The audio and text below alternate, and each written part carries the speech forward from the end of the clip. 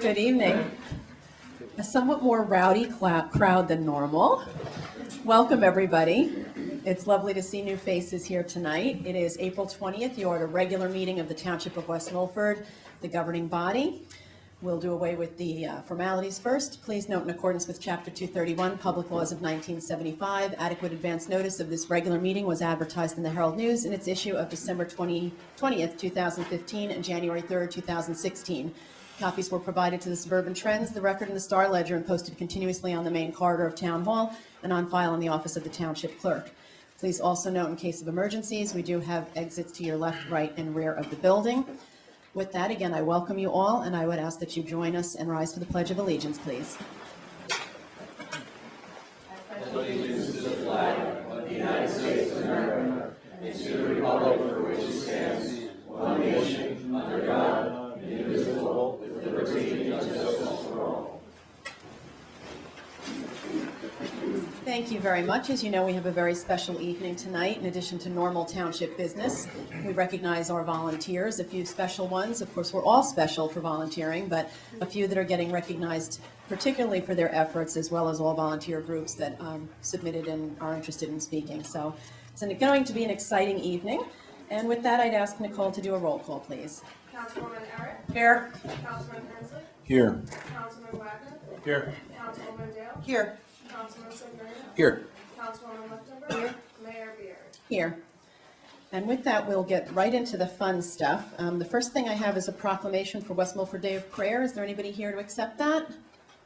No, not yet.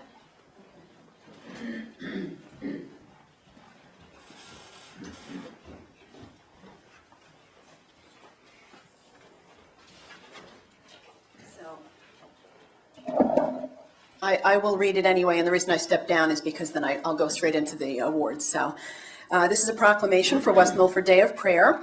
Whereas National Days of Prayer are a venerable American tradition, the first such day having been proclaimed by the Continental Congress in 1775.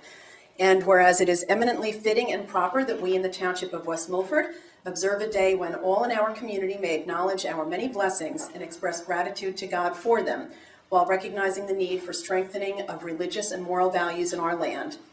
And whereas Congress has set aside the first Thursday of May as National Day of Prayer, now therefore I, Bettina Beery, Mayor of the Township of West Milford, County of Passaic, State of New Jersey, do hereby proclaim May 5th, 2016 as the West Milford Day of Prayer.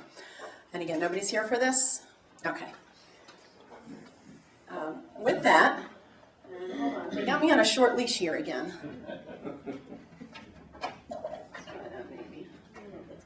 Give me a little more. I would like to ask Mr. Ed Rada, my favorite registrar ever, to come up here. But I didn't issue her a marriage license, or she wouldn't be saying it. Come on, bud. I'd like my son to be with me, please. Go ahead. Excuse me. Wow. Every time I see this man.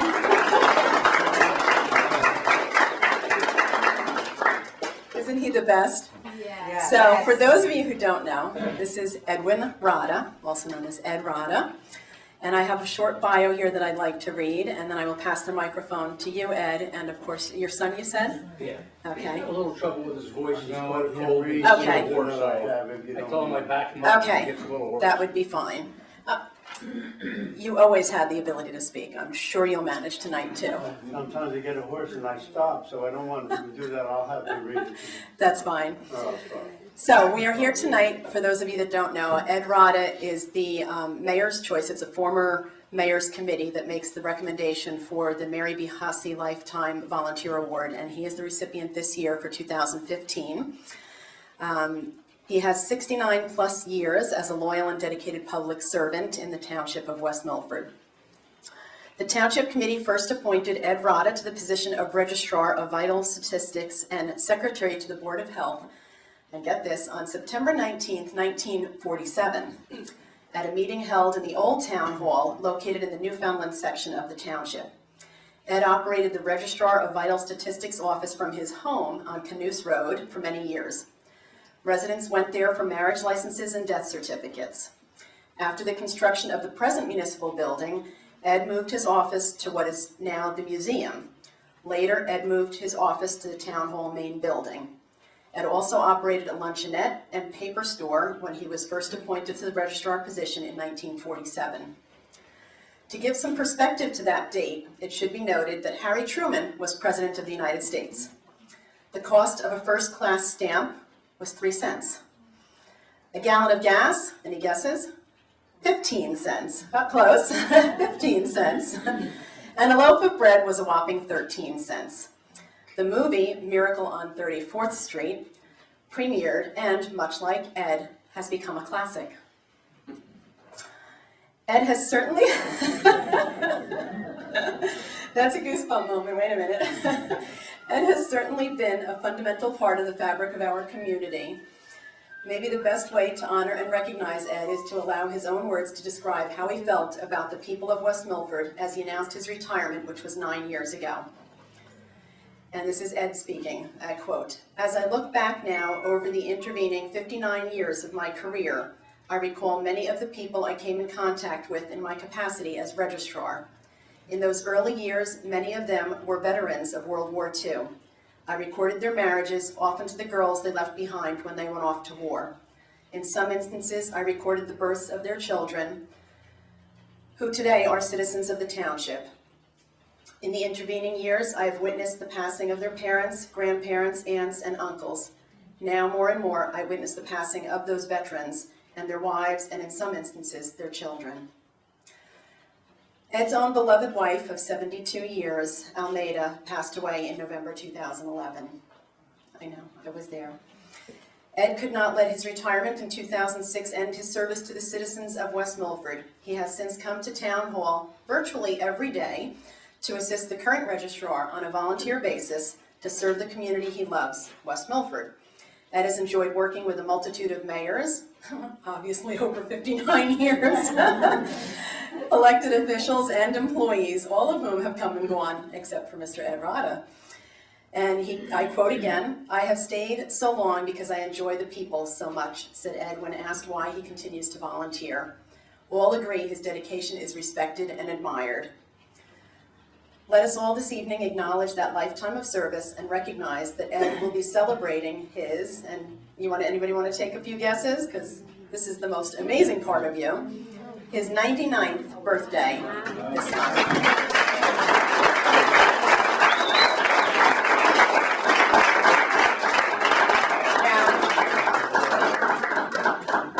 On a personal note, I will say that it is always a pleasure to see Ed wandering the hallways, doing his work, doing his celebrating of life, and just being such a professional at all times in everything he does. And it's been a pleasure to know you. It's a pleasure to get a hug from you every time I see you. I get the same pleasure. I would hope so. And I remembered asking him once, and this is probably, I don't know, probably at least 8 years ago. I asked him what was his secret. I said, "When I grow up, I want to look just like you and be as in good of a shape as you are, both mentally and physically." And I think you told me it was like a cup of coffee a day or several cups of coffee and wine and No. fried foods. It was all things that are the opposite of what I would think would make this happen. But so, do you remember what you told me? Yes, I do. And everybody listen to me because you might be like me. You might make that 100 mark, you know? Surprised, believe me when he tells you. Number one thing, the most important thing, stay away from doctors. You only go to a doctor when you have to, that's all. The next thing is drink lots of coffee and eat lots of butter. I'm 99, I have no aches, I have no pains, I have no arthritis, I have nothing wrong with me. That's because you're well lubricated from all that butter. Don't forget the salt and pepper, Bob. Hey. Don't forget the salt and pepper. With that, I will turn it over to you for as much as you'd like to say, and then to your son. All right. Well, I'm going to read what I have, and I do have a problem with my voice. You'll be all right. I have a little horse in here, so please, don't anybody out there say, whoa. I would like to begin by thanking the former mayor's committee for selecting me to this very honorable and prestigious position, award.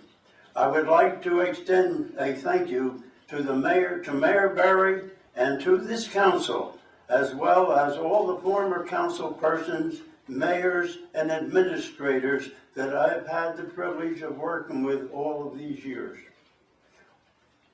Also, I would especially like to thank each and every employee that I have had the distinct pleasure of working during my tenure as a township employee. The people of this township have brought me more joy and happiness than I ever imagined, and I am truly grateful to you all. Thank you very much from the bottom of my heart. I truly believe that West Milford has been wonderful to me, and I just love being here. Thank you.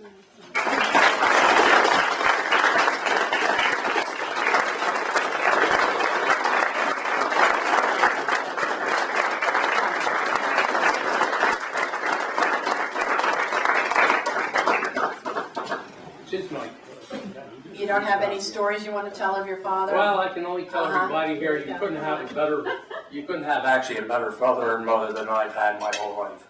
I've been treated very well, the things they've taught me.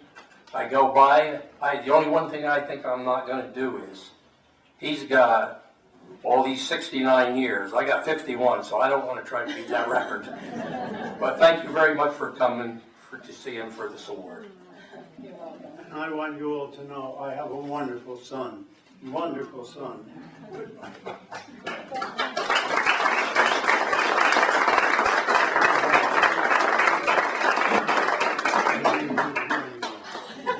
Did you hear? Wait a minute, you can't leave me that quickly. I don't know, you want to repeat what you just said to me? You be a good girl. I'm not sure that's going to be as much fun, though. They always say you can't have any fun being good, you know. Oh boy, I'm in trouble then.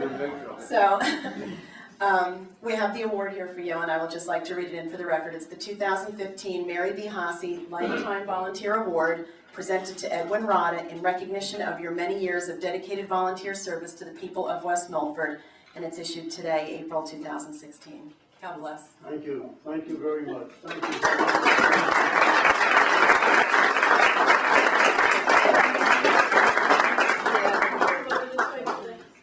We have to watch out for the sun glare.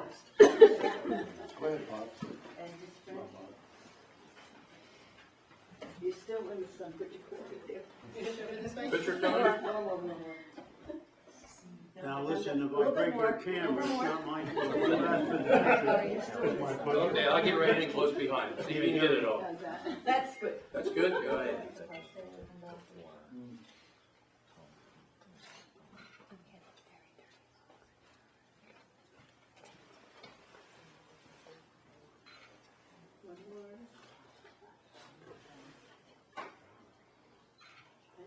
Okay, you got I want everybody to know, Ann has been taking pictures for near as long as I've been here.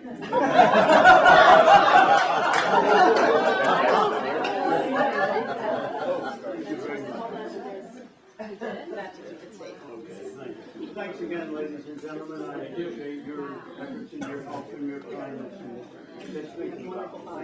Thank you. Yeah. Is Ted here? Where's Ted? He's got representatives. Representatives? You couldn't make it this evening. Oh, I'm sorry to hear that. Well, come on up then, Mr. Representative. He wanted his sons to be up here accepting his. Okay, so you're one of his sons? I wanted his sons, Ted. Ted. Nice to meet you. So again, I will say a few words. This is for the Volunteer of the Year Award, which it's always a very difficult task for our council members. That would be the current sitting council members. They accept nominations. Hello. They accept nominations from the public of potential recipients of the award, and it would be a painstaking task to always decide who of all of those very worthy individuals get the award. This year it's going to Theodore, aka Ted Hayek. Ted was born in Jamaica, Queens. He moved with his parents Flo and Ted Sr., his sister Carol, and baby brother Rick to Upper Greenwood Lake in 1954.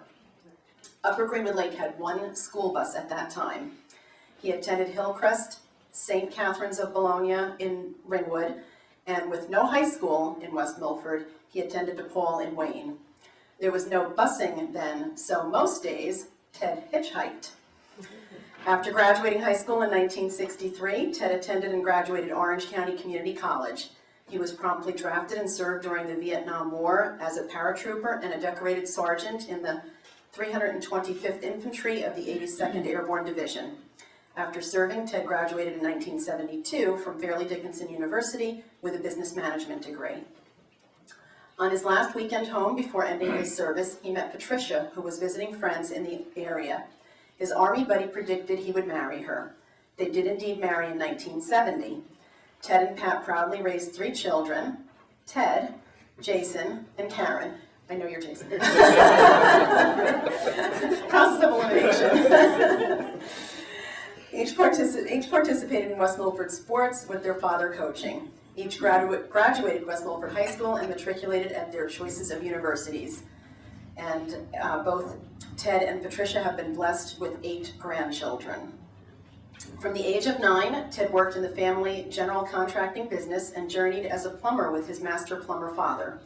Ted and his father ran a residential garbage disposal business for many years as well. The garbage disposal business was turned over to Ted as a part-time business when he started college. As West Milford bloomed, so did the business. The business still exists as a roll-off container and contracting business. Ted was also operations manager for Vitality Food Services. During that time, Ted somehow also found time to restore a 1953 Chevy Bel Air convertible in the Upper Greenwood Lake Clubhouse. Volunteerism was the trend. Ted's parents served in UGL Fire and Ambulance Corps. Ted Sr. was a charter member of the Ambulance Corps in 1955. They were also faithful members of Our Lady Queen of Peace Church. Ted learned to serve from his parents. He presently serves as a lector and Eucharist minister to a local nursing home.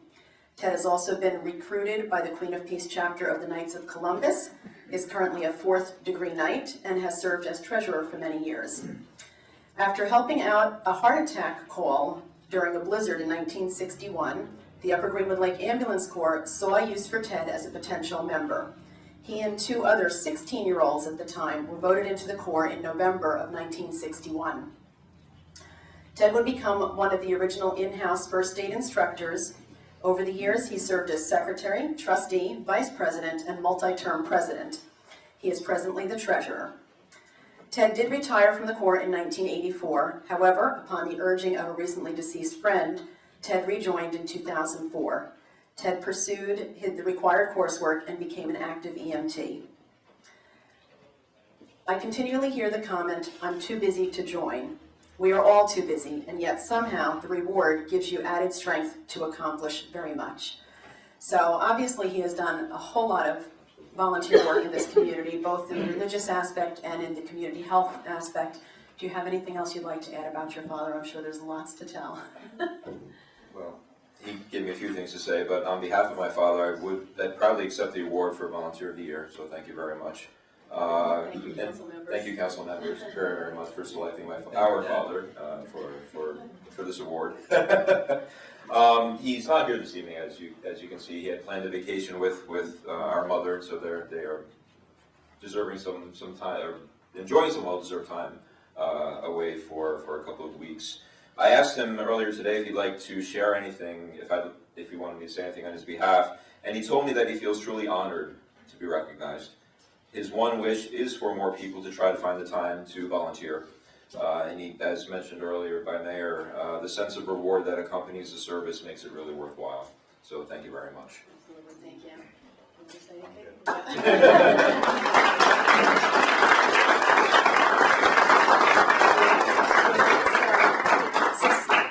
Similar award, of course, it's the 2015 West Milford Volunteer of the Year Award presented to Theodore Hajak in recognition of your dedicated volunteer service to the people of West Milford, again issued in April 2016.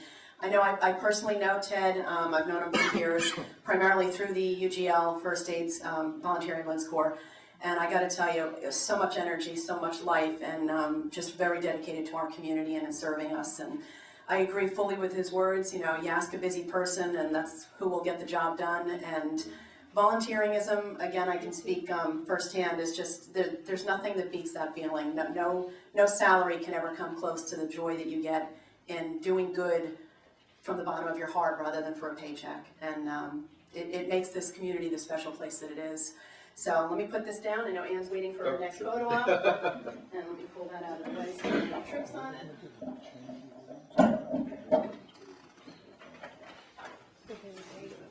There, and we have to get out of the sun, so over this way, gentlemen.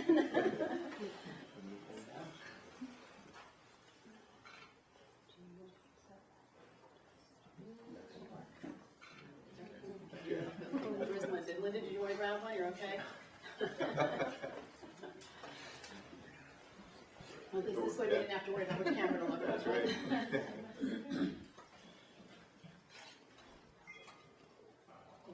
Family, I see family, hold on. Yeah. And here we go, and this is the casing for it, so. Thank you very much. Congratulations to Thank them, you. absolutely.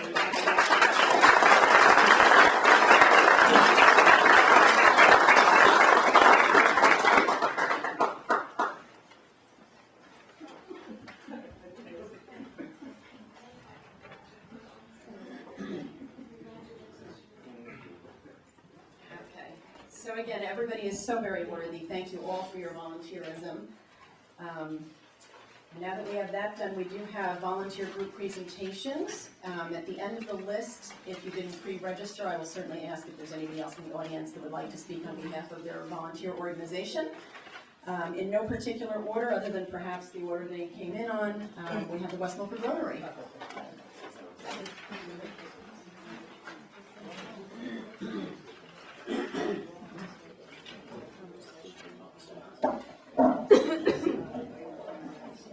Thank you and good evening.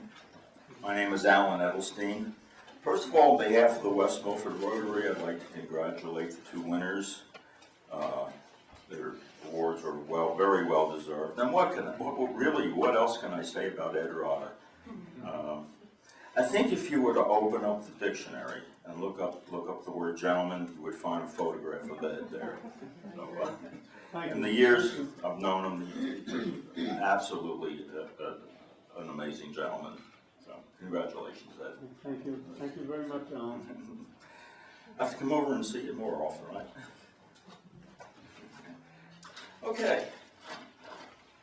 Let's see, I got a few notes here. Yeah, I've been a member of the West Milford Rotary Club for around 3 decades, about 30 years actually. To put that into a little bit of perspective in my lifestyle, that's 28 years longer than I was a Boy Scout, and also 10 years longer than when I was actually in business for. So what is it about Rotary that has captivated my attention for the past 30 years? Well, as I look around the community, I see lots of evidence of things that have happened at least during my 30 years in the club. I look around in the center of town and we have benches that have the Rotary emblem on them that our residents and visitors can sit on a lovely day, maybe have some coffee, wait for the bus if it comes by. And then we also have donated a gazebo, which is down at Bubbling Springs Lake. And in the evening, you can bring your lawn chairs in the summertime and enjoy a concert. And they have shows bringing in local entertainment of all kinds of genres. Very entertaining. Our high school can enjoy their football games at night now because of the lights that our club has donated to the school. And most recently, we've added a message board that sits on the corner of the Union Valley and Mackapin Road. And we also provided the base for the message board that sits in front of Town Hall. Our Rotary Club is very much involved with the youth of West Milford. We recently held our career day. We've been doing this for well over 50 years. And our career day was actually begun by the late Dr. John Peer, who sadly passed away a couple of weeks ago. We also sponsor an Interact Club over at the high school to encourage our young people to be involved in community affairs and community service, and to teach them some of the ideals of Rotary. Every year we provide dictionaries to every third grade student within our township school system. Our club has provided scholarships to graduating seniors for a good number of years and will continue to do so. And one special project that's a little dear to me is the special children's lunch that we throw for our special needs kids every Christmas. We provide a very entertaining magician, and we bring in Santa Claus. And I'm the one that plays Santa Claus, and it's great when I look directly at the children's eyes, and they're just smiling, and they're just enjoying and having such a wonderful time. And these are such wonderful children, and it's a joy for me to do that. And some of our work even extends beyond West Milford. Somewhere maybe a little more than 10 years ago, we learned of a little girl from the Ukraine who had born with a hole in her heart and a valve that was misplaced. Through our international organization, we sponsor a program where we bring children like this over to have life-saving surgery. Our club sponsored to bring the little girl over and her mom. If I recall, some complications set in. I think she came down with a cold, and her surgery was actually delayed, and they spent more time than anticipated. The host family was absolutely wonderful, and the members of our club were so supportive. The little girl went home to live a normal life. Some years later, about 10 years afterwards, she needed some follow-up surgery. So once again, our club and our members rose to the occasion, and I believe the same family that hosted the little girl and her mom the first time did so the second time. And now she is, I believe she's probably around the age of my own granddaughter, which is about 13 years old, and living a healthy, normal life. Now just think, the work, some of the projects that I've just mentioned are the work of about 25 Rotarians. And we're just really 25 local people who share a special code in the way we conduct ourselves. And we call this the four-way test. It's like 4 questions that we guide our lives and our businesses. Is it the truth? Is it fair to all concerned? Will it build goodwill and better friendships? And will it be beneficial to all concerned? Now, this is what 25 Rotarians can do. We certainly would like to maybe build that roster up a little bit. So if you think that we're a type of organization you might want to be involved with, please feel free to join us for lunch. We meet every Tuesday at the Tuscany Brew House on Route 23. Our meetings begin at 12:15. I'm sure if you Google West Milford Rotary, you'll come up with a website to obtain some more information. And we're always looking for people. And I guess that will conclude what I have to say. And I want to thank you and I hope that maybe I'll be around another 30 years.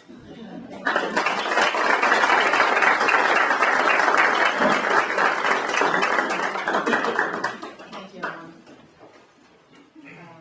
Women's Club of West Milford.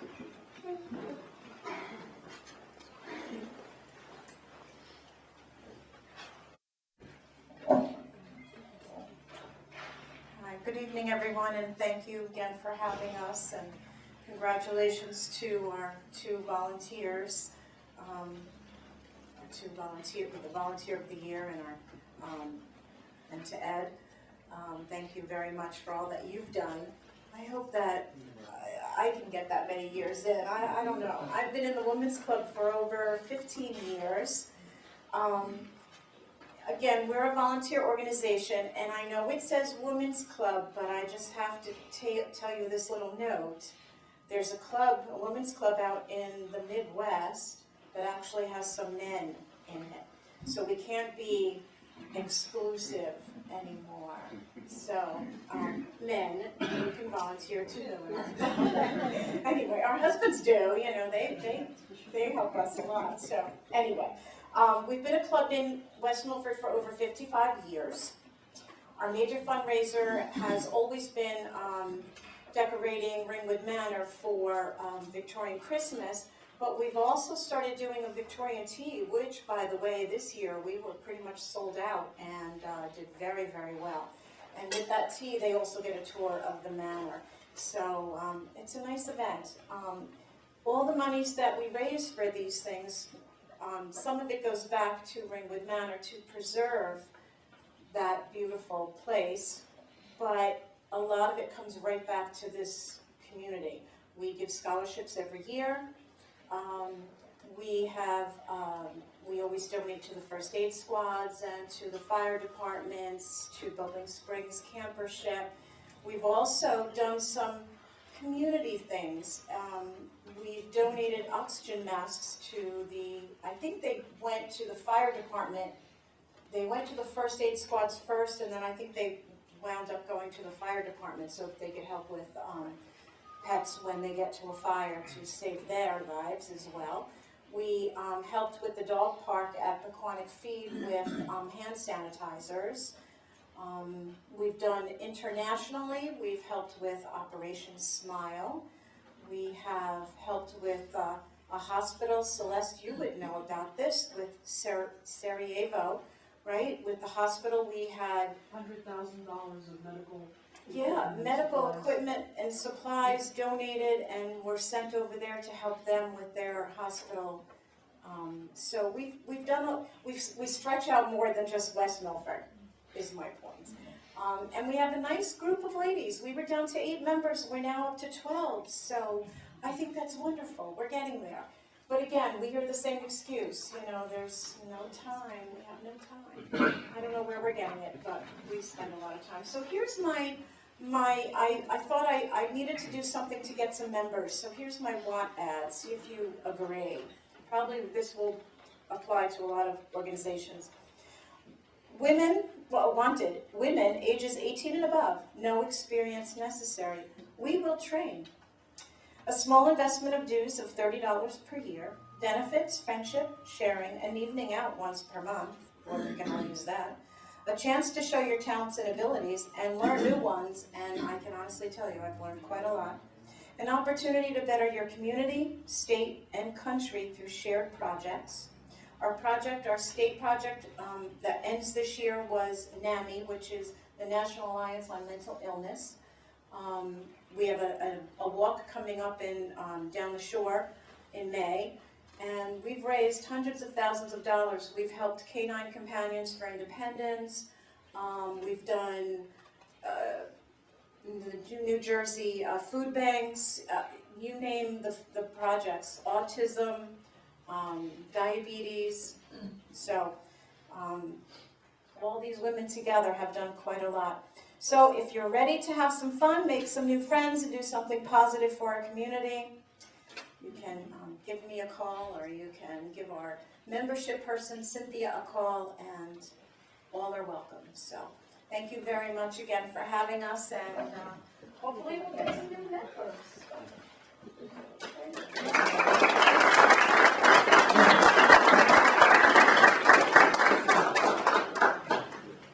And the West Milford Democratic Club. Anybody here to speak on their behalf? Okay, we'll pass by. The Environmental Commission.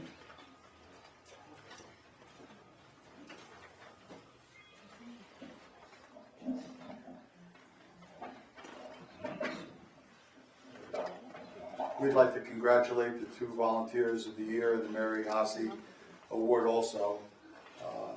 I've seen, every time I come to town hall, I always see you in the hallways working, and you've given a lot to the township. Thank you very much. Thank you. My name is Stephen Sangle, and I'm a member of the West Milford Environmental Commission, and with me is Jennifer Easterbrook. She is also a member, and she is the chair of the West Milford Sustainable Green Team Committee for the Environmental Commission. The Environmental Commission was established over 40 years ago And the first members were Roger Doherty, who I'm sure everybody is very well aware of. And it's been very active, and we've been given the guardship of protecting the environment of West Milford, and in particular, its water's quality and water quantity.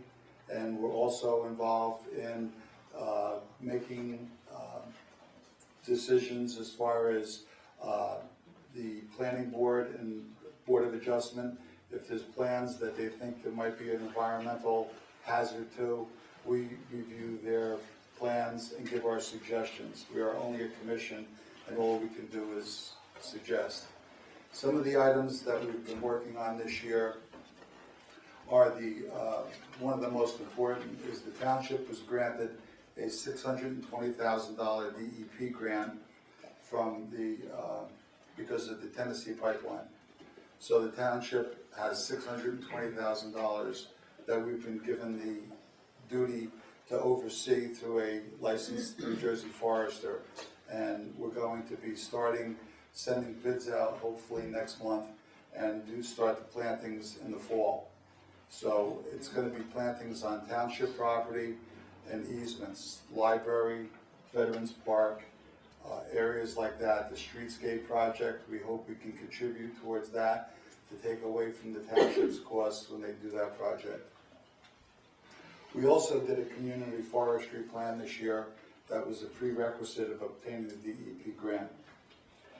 We have a shade tree commission, which we have members on. We have a lake committee commission, which we have members that go to the lake committees to represent us and give us feedback on what the lake communities in town, what their concerns and their thoughts are. So if there's any way we can help out in order to solve some of their problems with pollution, we're there for them.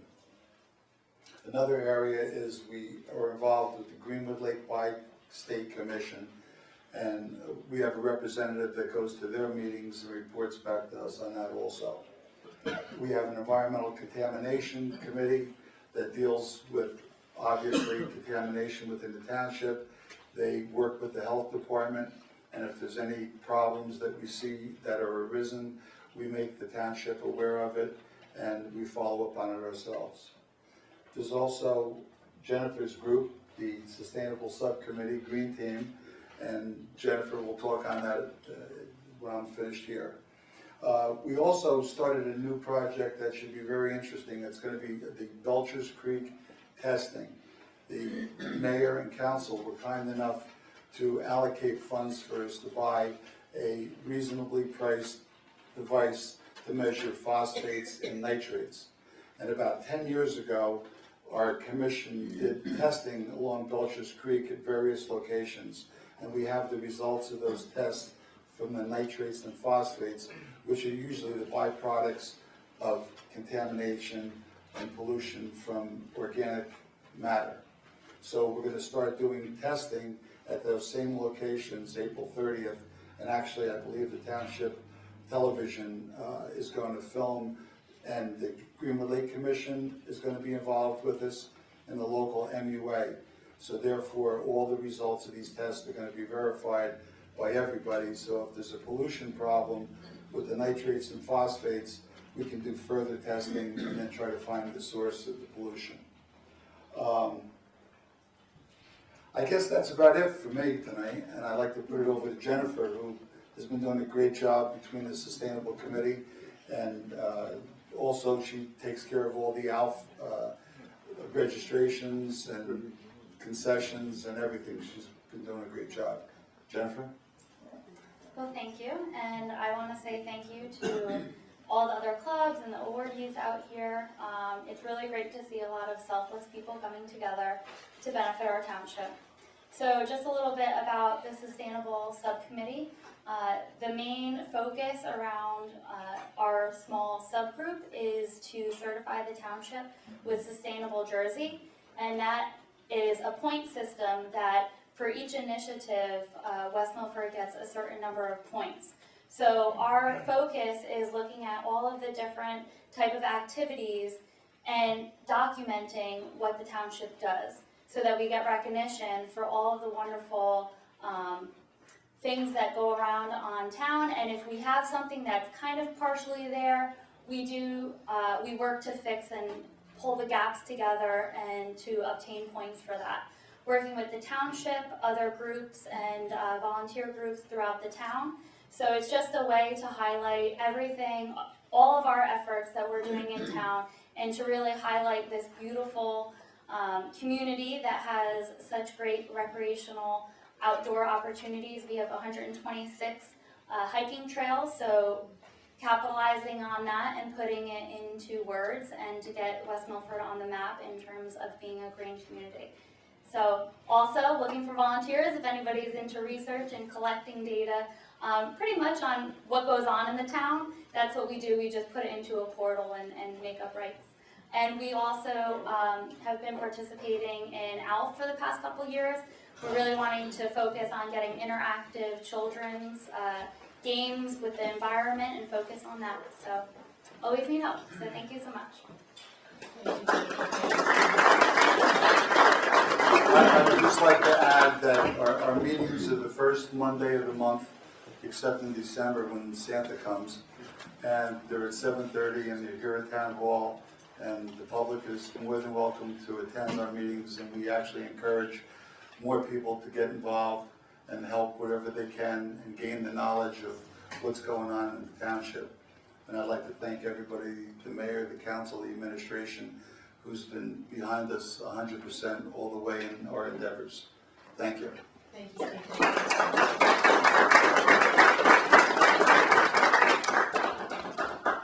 And next we have the Highlands Economic Development and Tourism.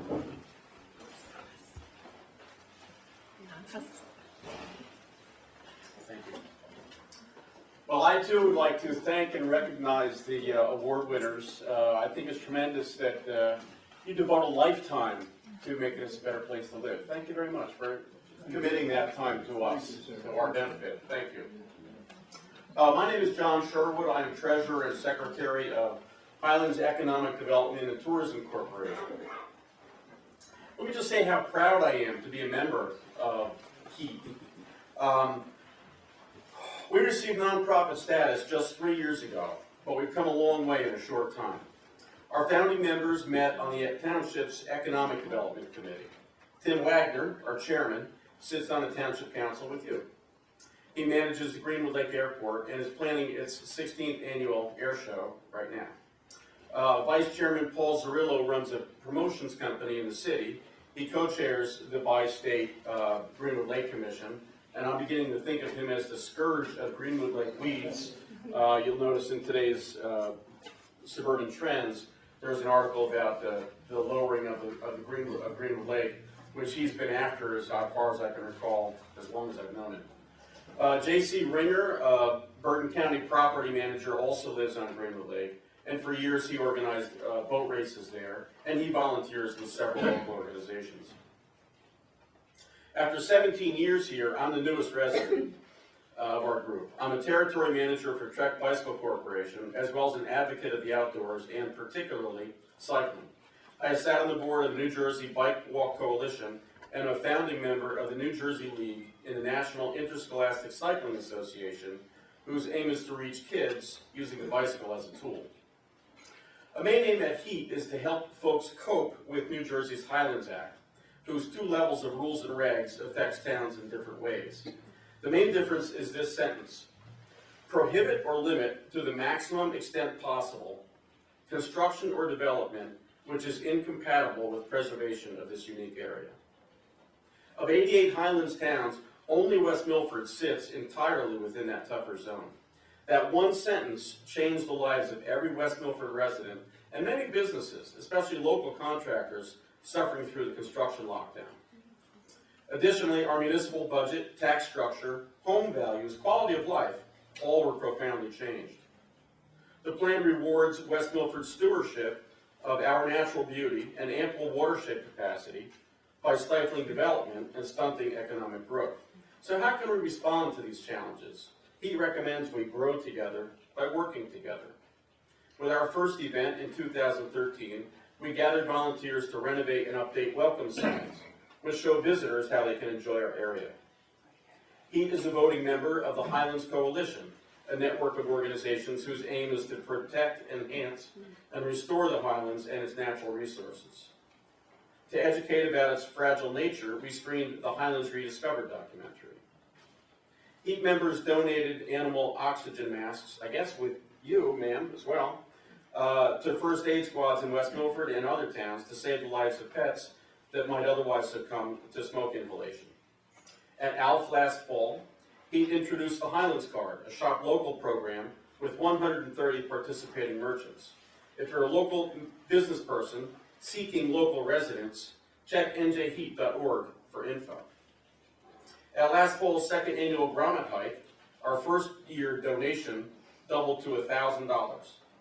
100% of donations benefit the West Milford Animal Shelter Society.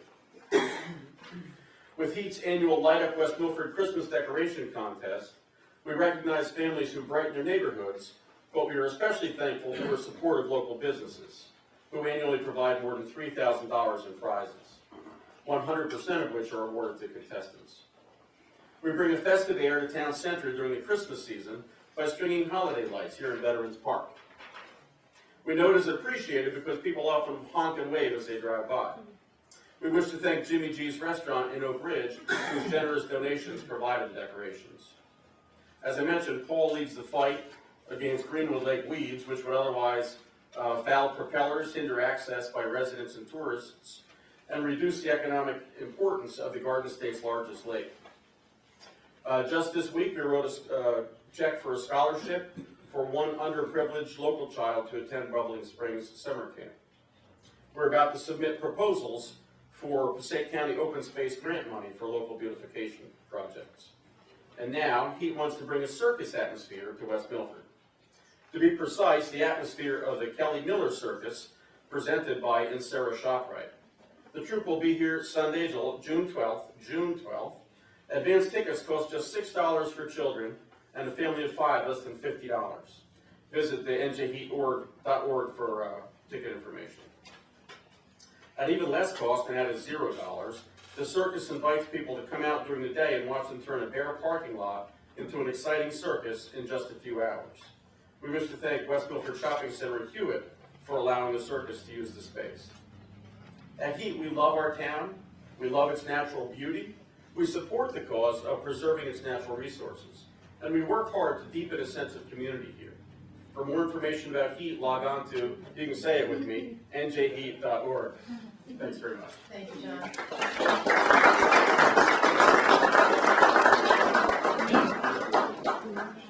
And the West Milford Republican Club.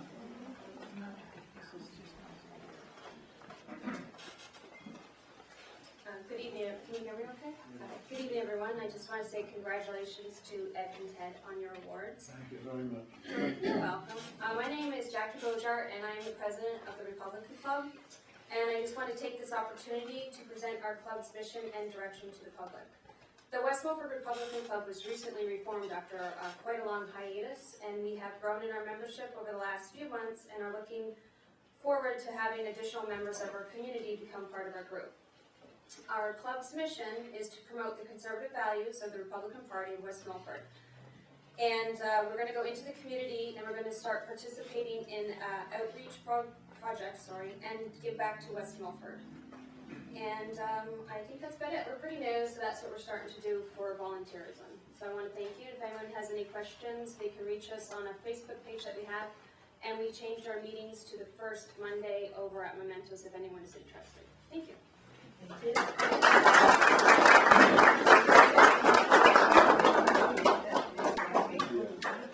And we have WM 7017 Commission. Not really.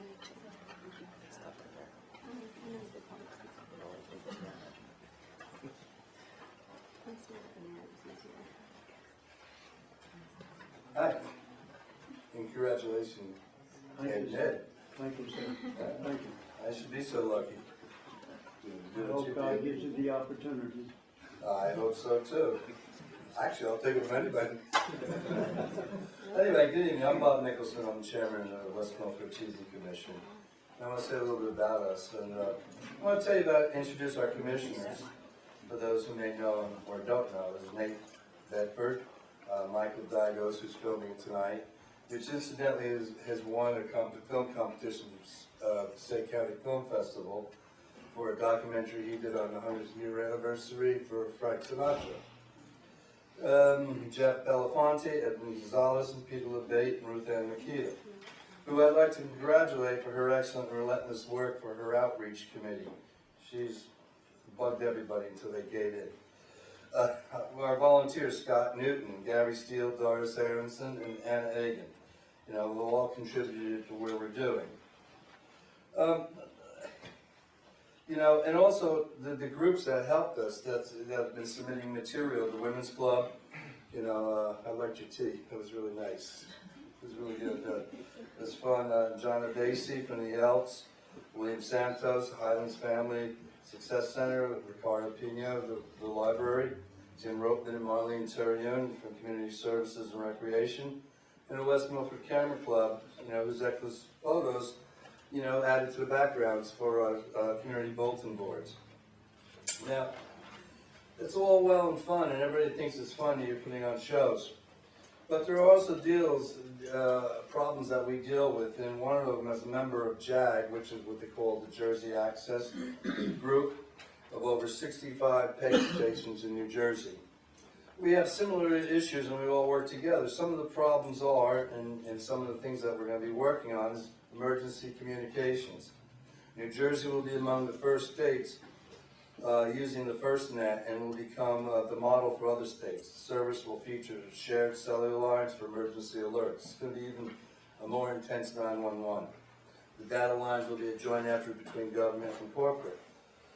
Drones. Drones is a rapidly changing world of unmanned aircraft, legislation, regulation, and ordinances of the operation of drones. I'm sure the government doesn't want to see a drone flying down Union Valley Road, delivering, that, and so that'll be dealt with as things goes on. And I'm sure, Jim, you don't want to see a drone coming over your airport. No, I didn't think so. As we just read about one that hit an airplane in England, was it? This past week? Yeah. So anyway, closed captioning. Closed captioning, PEG stations, the FCC in their wisdom is trying to mandate all PEG stations to have closed captioning, which is basically a cost for the converter of $8,000 to $10,000, which would really put all the local channels out of business. So we're lobbying on that. The impending sale of Cablevision to a French company, for those who aren't aware. Cablevision stated they'll be no longer broadcasting the Project Graduation fundraiser. I believe they're going to do it this year, and that's it. That's the situation that we used to have, which is nice. It's going to hurt us a live simulcast. And also we have an issue of the coverage of the station. From what I understand, there's many residents that cannot get the council meeting or board of ed meetings that are on there with basic service. And that is something that the state mandated that everybody should have access to that, even at the basic $12.66 rate. And I've been getting a lot of complaints, especially from seniors that can't access it. So that's not right either. And so, these are things that we have to do behind the scenes and lobby on with the governments. Anyway, short history, we did up and running, as people are aware, as many people are not aware. We entered what I call the phase 2.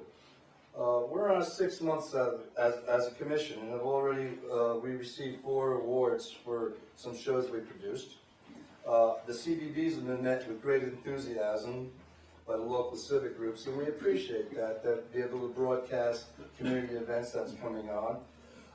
We've purchased a complete camera lighting production package, so that's good.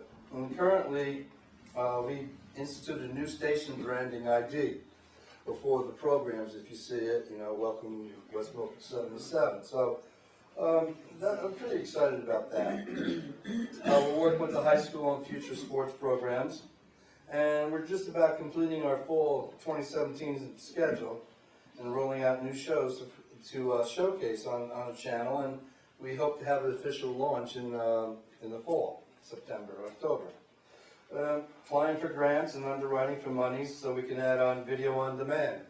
As we all know, cable TV is going to be a demise in the next 10 years, and people are looking at other services, Roku, satellite, and other forms of media, so we need to be able to broadcast people's stuff. At issue right now is people cannot, who have TiVos from the cable, cannot record the broadcast community channels, you know, the Board of Ed or the council meetings. And this is not just in West Milford, it's in New Jersey, all cablevision systems. They claim it's up into the cloud and you get every excuse available. So we need to fix that so that somebody who wants to come and can't always make it to the lifestyle, wants to see a council meeting, they can see it, and if it's 3 hours long, that's kind of a long wait. So on demand would allow them to see parts of it, stop, come back, and continue seeing it, which would be really benefit everybody, because the council works hard at what they do, and they take their job seriously.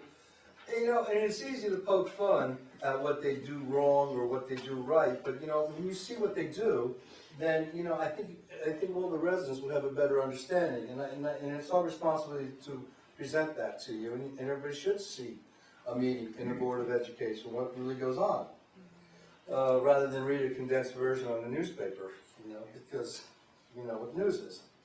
Sorry, Ann. Well, it is what it is, you know. So we want to do that. Live streaming, that's another popular thing. Sometimes residents aren't home and they want to see a meeting, so they'll be able to see it on their computers or on their iPhones or Androids. They can be able to pop on the meeting and be able to see it. And these are all new technologies that are happening, and that's the wave. So we're working on applying for grants. So we have one we're going to apply for, and I believe we have some donations from some groups that we hope to have the monies to put. So, you know, on Facebook and website, you can see our TV schedule on the town website. You just, you know, look on to the right, you see TV 77. There's a schedule of the shows that we watch. I know I watch the channel. I know most people don't watch the channel, but if you do, there's some really good shows on there. There's some environmental, proactive shows. We have stuff with military people.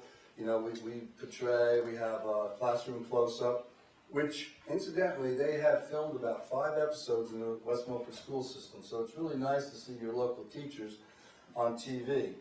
So things like that. I have the Car Guide channel. We have a game show channel. We have how to make BEER. That's for late at night, for those who want to do the hobbyist. So, you know, it's really good that we have. And we're looking, you know, for a permanent production facility and more production commitment, hopefully by next year's meeting. And that'll complete the phase 3. The current project we have is tomorrow night we'll be filming something really good, because everybody has ticks, and they should know about that. So we're going to be filming that if you can't make it. The health fair on May 7th up at Highcrest. The EDC Passaic County business presentation on May 23rd. It's going to be very informative for business people that want to get a little free knowledge on how to help their business. Other events like the Equestrian Center horse competition, we've been, you know, filming that. The citizen comments, local interviews. Anyway, that I mentioned a lot that we're doing, and we're looking for a projection of getting maybe 10 to 24 more volunteers to join our committee. As a TV channel, our boundaries are limitless. We don't have a particular area that we just have to stay. We can basically look at every area that's available and broadcast all different subjects. But, as they say, more than money, many hands make light work, as the proverb says, doing these things. So, if you ever notice the trailing credits at the end of a small production, you're going to see at least from 3 to 10 people involved. You know, and just on one little local program. You see like Star Wars, you see like 5 minutes of thousands of people in there. There's probably as many residents as most towns if you look at who's involved and what it is. So volunteers of all types are needed. I mean, camera operators, editors, video and audio, boom operators, script and copywriters, little things, you know, People are good at, how to fund out grants and fundraising. Location finders, sometimes we'd like to do a show, and we don't all know every place in West Milford, but, somebody may go, hey, how about this place, or how about that place? Lighting people, and the list goes on and on and on, just to name a few of the things. So, thanks a lot. Thank you.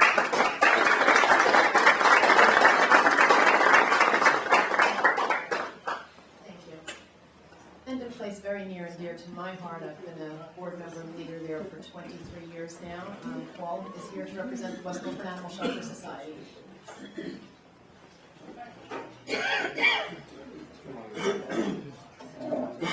Good evening, and thanks for the opportunity to talk about something that's near and dear to my heart as well. First of all, congratulations to the two Volunteer of the Year Award winners. And Ed, I have a request of you. I'm going to leave you my home phone number, and my wife's name is Janet. And I'd like you making a date for me? Yeah. I need for you to talk to her about butter. Somehow you guys have different perspectives on this. I like yours. Anyway, it's hard to believe, but in 1976, which was 40 years ago, a group of citizens here in the township took a look at the facilities that were used to house the stray cats and dogs and animals that were picked up by animal control, and felt that we as a community could do better. So they formed a society. It's called the West Milford Animal Shelter Society, to work on improving the conditions and doing constructive things to make that a better place for the animals.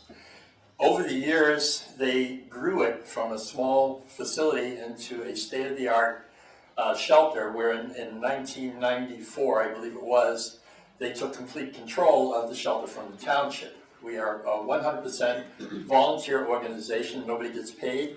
We have a contract with the township to take stray animals, so we take cats, dogs, donkeys, geese, chickens, raccoons, skunks. And we also have developed partnerships with wildlife rehabilitation facilities, as well as local veterinarians and other groups to help us, get the animals healthy and get them ready for adoption or get them back out into the wild. I can tell you a story back a couple of Decembers ago where animal control brought in a skunk that had been injured, and we had to take it to Franklin Lakes Animal Hospital. And it was in the middle of December, and it was about 2 degrees below zero out, and I'm driving down the Greenwood Lake Turnpike with all the windows open. So the skunk made it and got put back out into the wild. We also have a very good working relationship with the animal control offices here in town. We help the township make sure that the animal owners are compliant with the ordinances within town. But we also work with them very closely to make sure that when strays come in and we can identify the animals, that we get them reunited with their owners as rapidly as possible. It's less stress on the owners, less stress on the animals.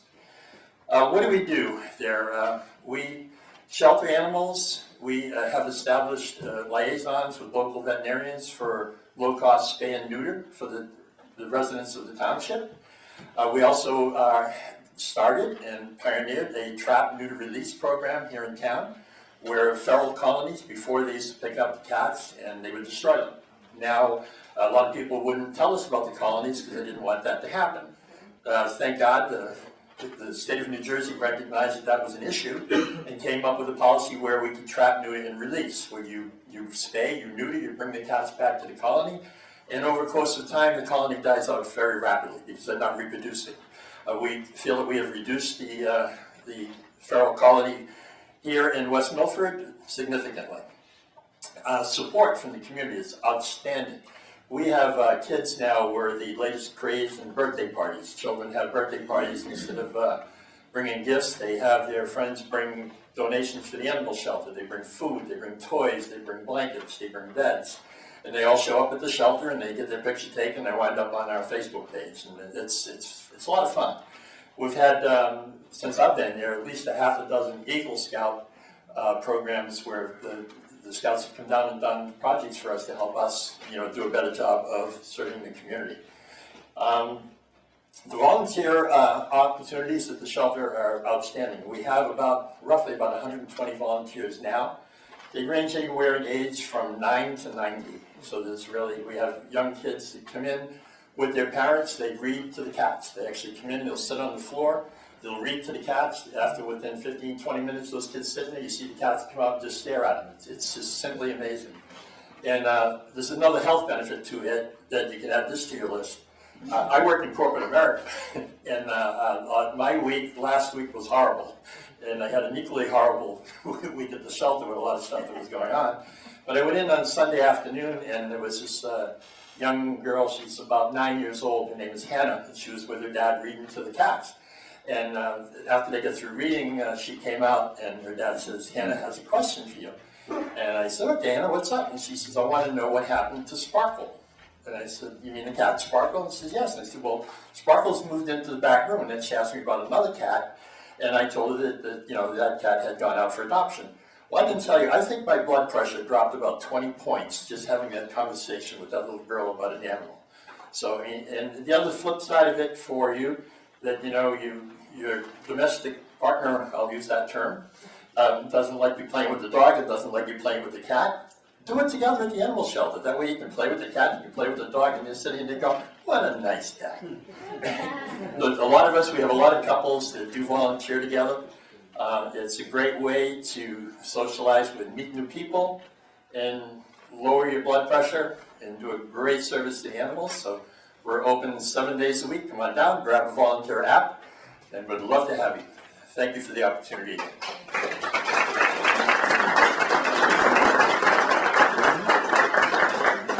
you very much, Paul. And we have the 4-H Velveteens.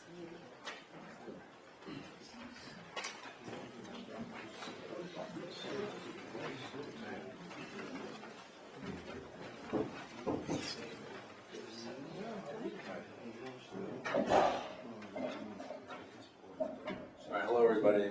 I'm Eugene Marquetto, and I'm here to represent West Milford's 4-H Club.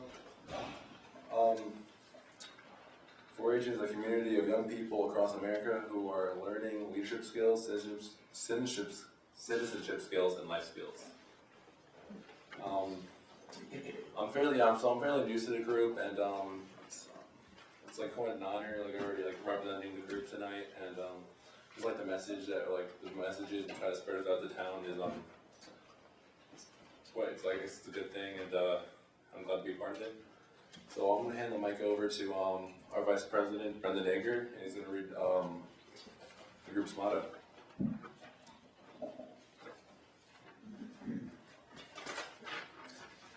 The group's motto is to make the best better. Thank you so much. I'm Celeste Hampton, and I've been the leader of the Velveteens for many years now. And these kids have done some amazing work. Really, there's just so much to be a part of the Rutgers Cooperative Extension. Basically, 4-H is the junior division of Rutgers University. So from the time these kids are this small, they're learning about STEM sciences. They're learning it through, in our club, through animals and through agriculture and plant management. We've had kids operate on the local level, on the county level, on the state level, and on the national level now. They're growing up, as you can see. Some of them have been doing this for a number of years now, so you've watched them as they've aged on. It's just been a tremendous, wonderful experience for me to see them growing up into young leaders and fine young men and women bringing honor just all around. They're at the state fairs, they're at the Passaic County Fair, there you see them at Autumn Lights. They'll be happy to talk about their projects. Every student in 4-H has to do a project, has to document the progress of that project. And some of the projects have been very successful and have continued on for several years now. You might be familiar with the Seed Bank project. The Seed Bank is operating locally at the library. Over 500 packages of seeds are being checked out by West Milford residents a month for the last couple of months. This is the third or fourth year now of that particular project. So there are literally thousands of seeds going to West Milford residents from the library as one. But additionally, those seeds are also going globally. Just this year, we've done mission trips to Zimbabwe, Liberia, Nepal, New Jersey Agricultural Society got 18 pounds for schools throughout New Jersey. 18 pounds of seeds grows a lot of food, I can tell you. That's a lot of lettuce and onions. So those are for kids' school gardens. And that's just one project. As you head for home, you might notice that there are animals popping up all over town. That's the Critters Against Litter campaign. The Earth Day is coming up, and the kids have always been a big part of the township cleanup, been involved with that every year. It's getting bigger and bigger and bigger. This year, there's a school in West Orange that wanted to show their thank you for West Milford being stewards of the watershed, so they did all the woodwork. Because by club rules, the kids can't use power tools, so they designed these critters, they put them onto sheets of plywood, but then we need to get volunteers to cut them out. So this year the volunteers came from the Mount Carmel Guild Academy Special Needs School in West Orange, their Building and Trades Department. And they were painted by the High School Honors Art Society. So the children have to coordinate all of those steps along the way. And so it takes months to get these critters on the road. We start almost in December, and we just finished, just in time for Beautification Day, coming up on Saturday. Some other projects you might remember, last year we did the plant sale at the Wallish property. Almost all of the plants, if you saw that plant sale, thousands and thousands and thousands of plants were transplanted, nurtured along, watered and cared for, by the 4-H. We have some wonderful volunteers, and the kids learn some truly just amazing skills through 4-H. So they are your community service minded students. They're working for the township. They're putting in hundreds of hours of volunteer time, and I take my hat off to them. And we always are looking for more members. So if you know any kids that like this sort of thing, have them look me up. You can find me through Passaic County 4-H. Thank you so much.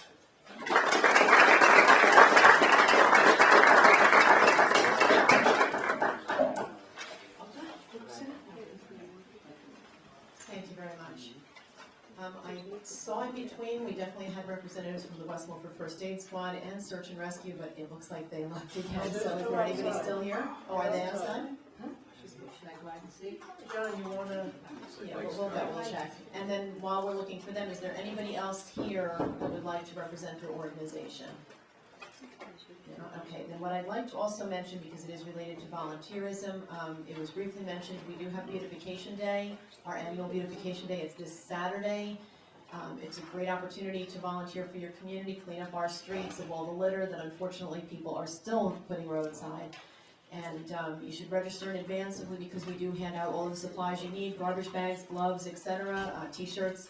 So please call either the main DPW line, which is 728-2850, or the recycling division, which Marilyn, you always know, is that 2724? 2724. Right, 2724.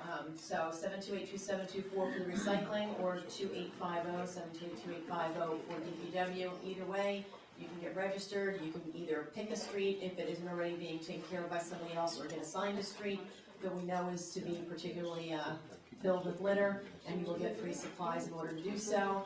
We then meet at Bubbling Springs at the end, and there's some refreshments, hot dogs, and music. So please join us to help beautify our entire community. Mayor? Yes. If I may. Absolutely. And if they cannot make it on Saturday, can help on Saturday, you can help the week before or the week after when the bags what you collected on roadside at the roadside. Thank you. Thank you. And Mike, I know you went out there. Did they want to speak? No, they're not interested in speaking. Okay.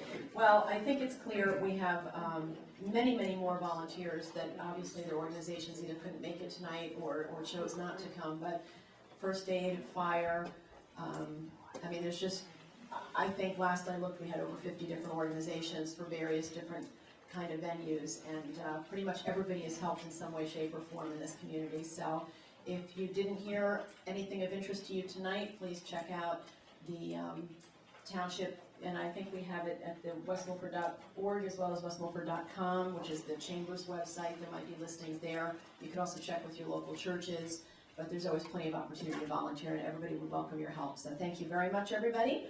I'm going to postpone the executive session. I'm not sure we're going to need it. We'll wait for Fred to come in to confirm that.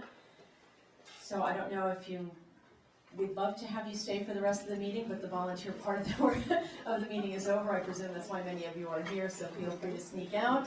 We will continue with our business. Ordinance 2016-006, an ordinance of the Township of West Milford, County of Passaic, State of New Jersey.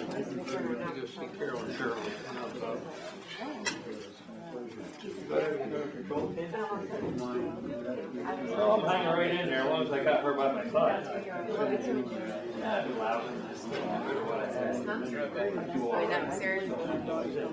We'll take a quick 2-minute break.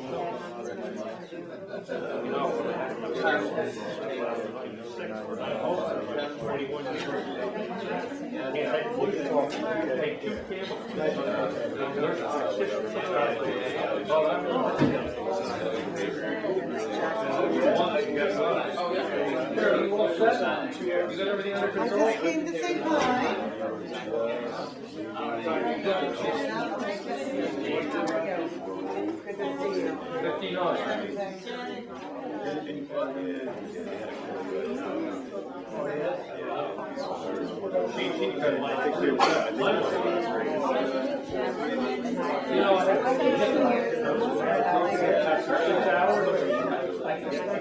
We don't think about it.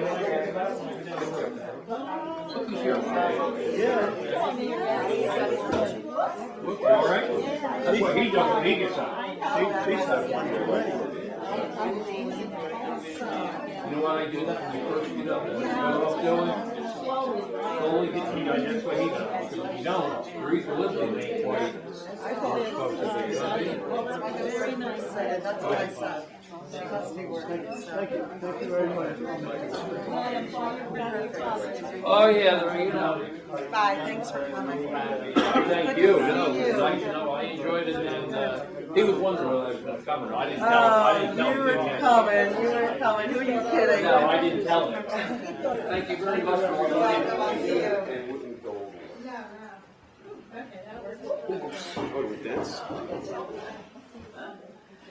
Okay, Bobby. You got it. We're in business. All right, thank you, everybody.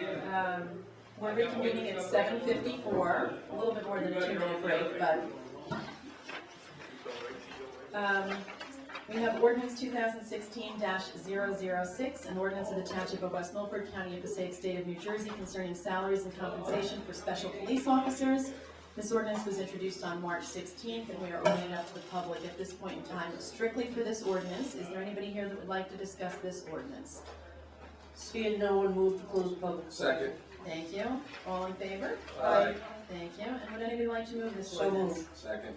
Thank you. Any discussion? Roll call. Councilwoman Earl, Yes. Councilman Hensley, Yes. Councilman Wagner, Yes. Councilwoman Dale, Yes. Councilman Severino, Yes. Councilwoman Wood. Yes. Thank you, council. And ordinance 2016-007, an ordinance of the Township of West Milford for the calendar year 2016, ordinance to exceed the municipal budget appropriations limit and to establish a cap bank. This ordinance was introduced on April 6th, and we are opening it up to the public again just for this ordinance at this point in time. Is there anybody here that would like to discuss this ordinance? Seeing no one, move to close the public. Second. All in favor? Aye. Thank you. And motion to move the So ordinance? moved. Second. Thank you. Any discussion? Roll call. Councilwoman Earl, Yes. Councilman Hensley, Yes. Councilman Wagner, Yes.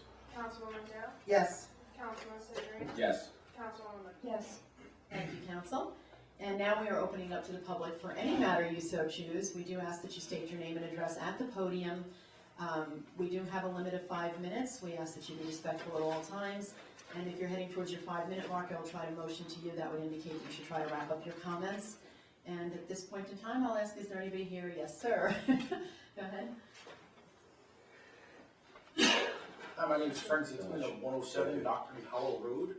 Before I get into the matter here, a little bit about myself. I moved to West Milford in November. part of what attracted me to West Milford was I could afford 22 acres that was attached to state land and West Milford land, and I could walk to the Appalachian Trail. I'm an outdoorsman. If I have the day off, I prefer to spend the entire day outside for livelihood.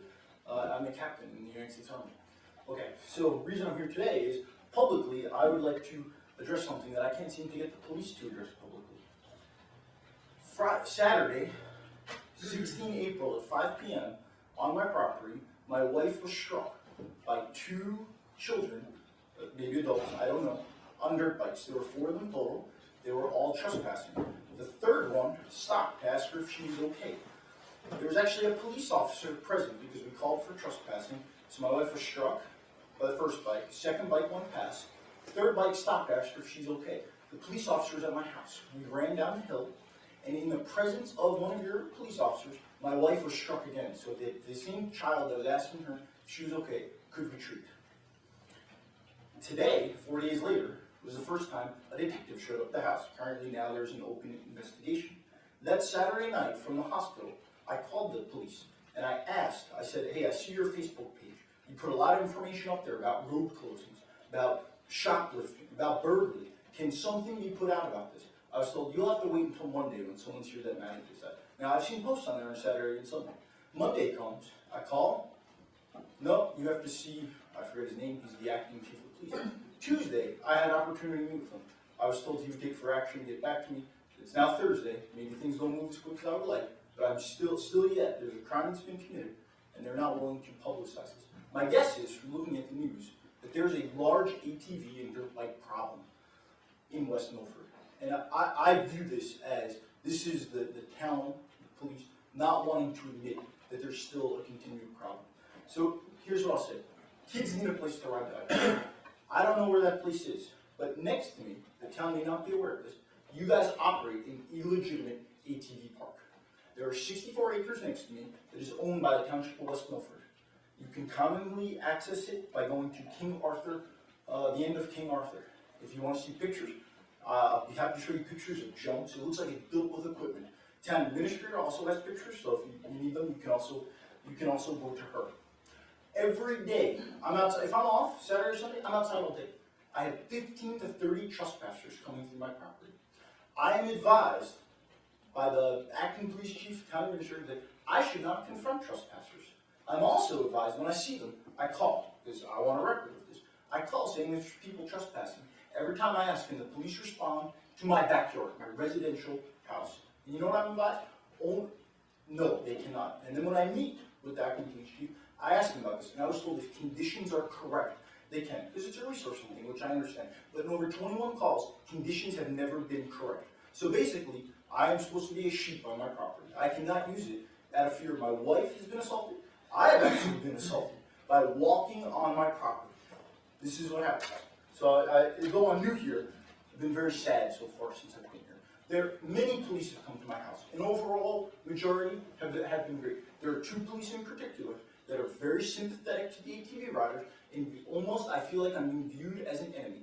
So the day after my wife was hit, I called to report trespassing.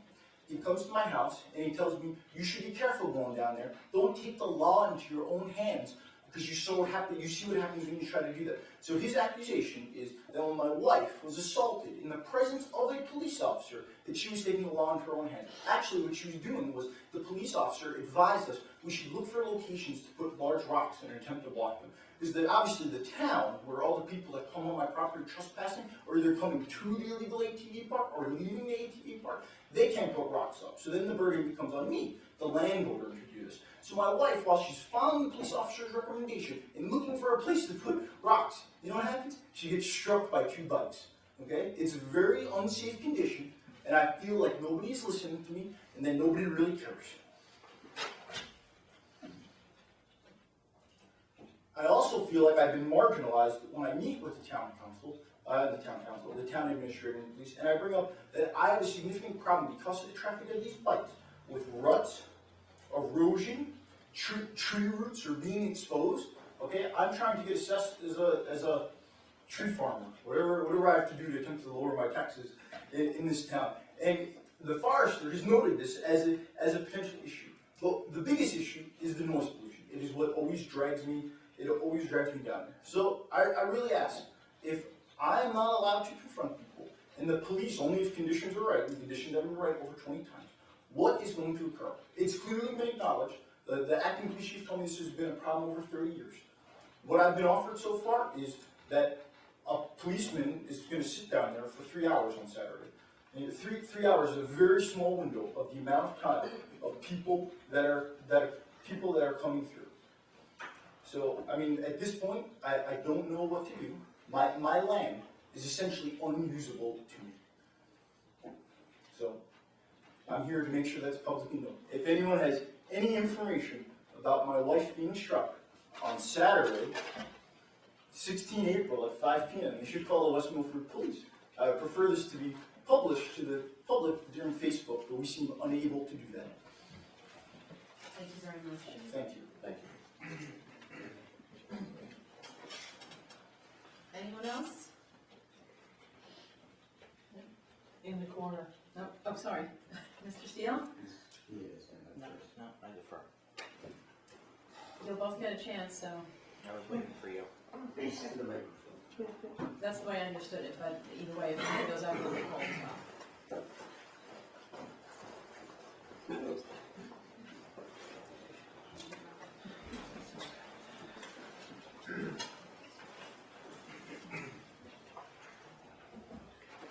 Sorry, a little nervous. Been a long time since I've been here. Gary Steele, North Glenwood Road. I'm going to try to do this in under 5 minutes, hopefully well under. I have a simple request of this town council, which is to rescind my removal from the EDC as alternate number 2. It's kind of like being, getting credited in a movie as Hatchet Girl. The way that all came about was wrong, and I'll just go through it. All of this is based on fact, and it's well documented. None of it is really opinion or supposition. That's my request. I'll try to back it up right now. I believe that both the town council and the EDC were ill-advised as to my absences, and that I was somehow the cause of not being able to attain a quorum on the EDC. If you look back at the minutes, and I have all of the minutes from 2014, 2015, 2016, from July on at least. And according to the minutes, only one meeting during that entire time were they unable to achieve a quorum. And I would think that probably the commissioners themselves would be responsible for that before the alternates. But be that as it may, I received all these documents through the town clerk's office, and I appreciate the clerk and the speedy way they got them to me and how thorough they were. They were incredibly helpful. And I think they receive too little credit sometimes when someone, is, put in a situation. They made it easy for me, and I do appreciate that. I'm going to try to do this in the form of a timeline so that you can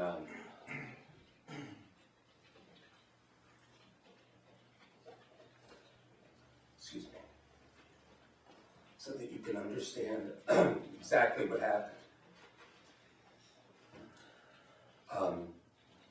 I'm going to use Councilman Helmsley's name by name because it just will simplify communicating this.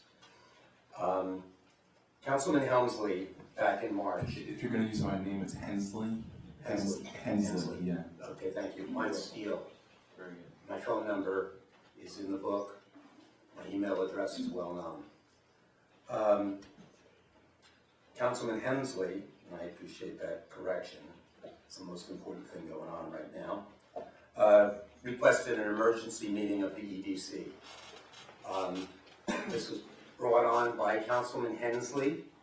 It was not as he suggested to this council, which was part of the basis of their vote, a request that came from the EDC that's well documented in emails. The fact that the meeting might very well be an illegal meeting was also well documented in emails. And Commissioner Drew specifically mentioned the Open Public Meetings Act and some of the requirements. And my prayers are with him right now, because he's going through a rough time.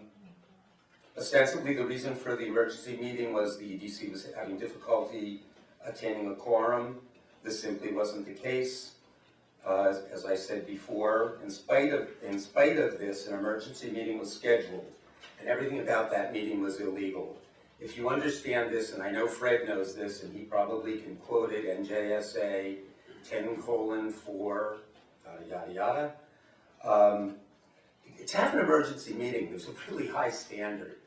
You have to have notice.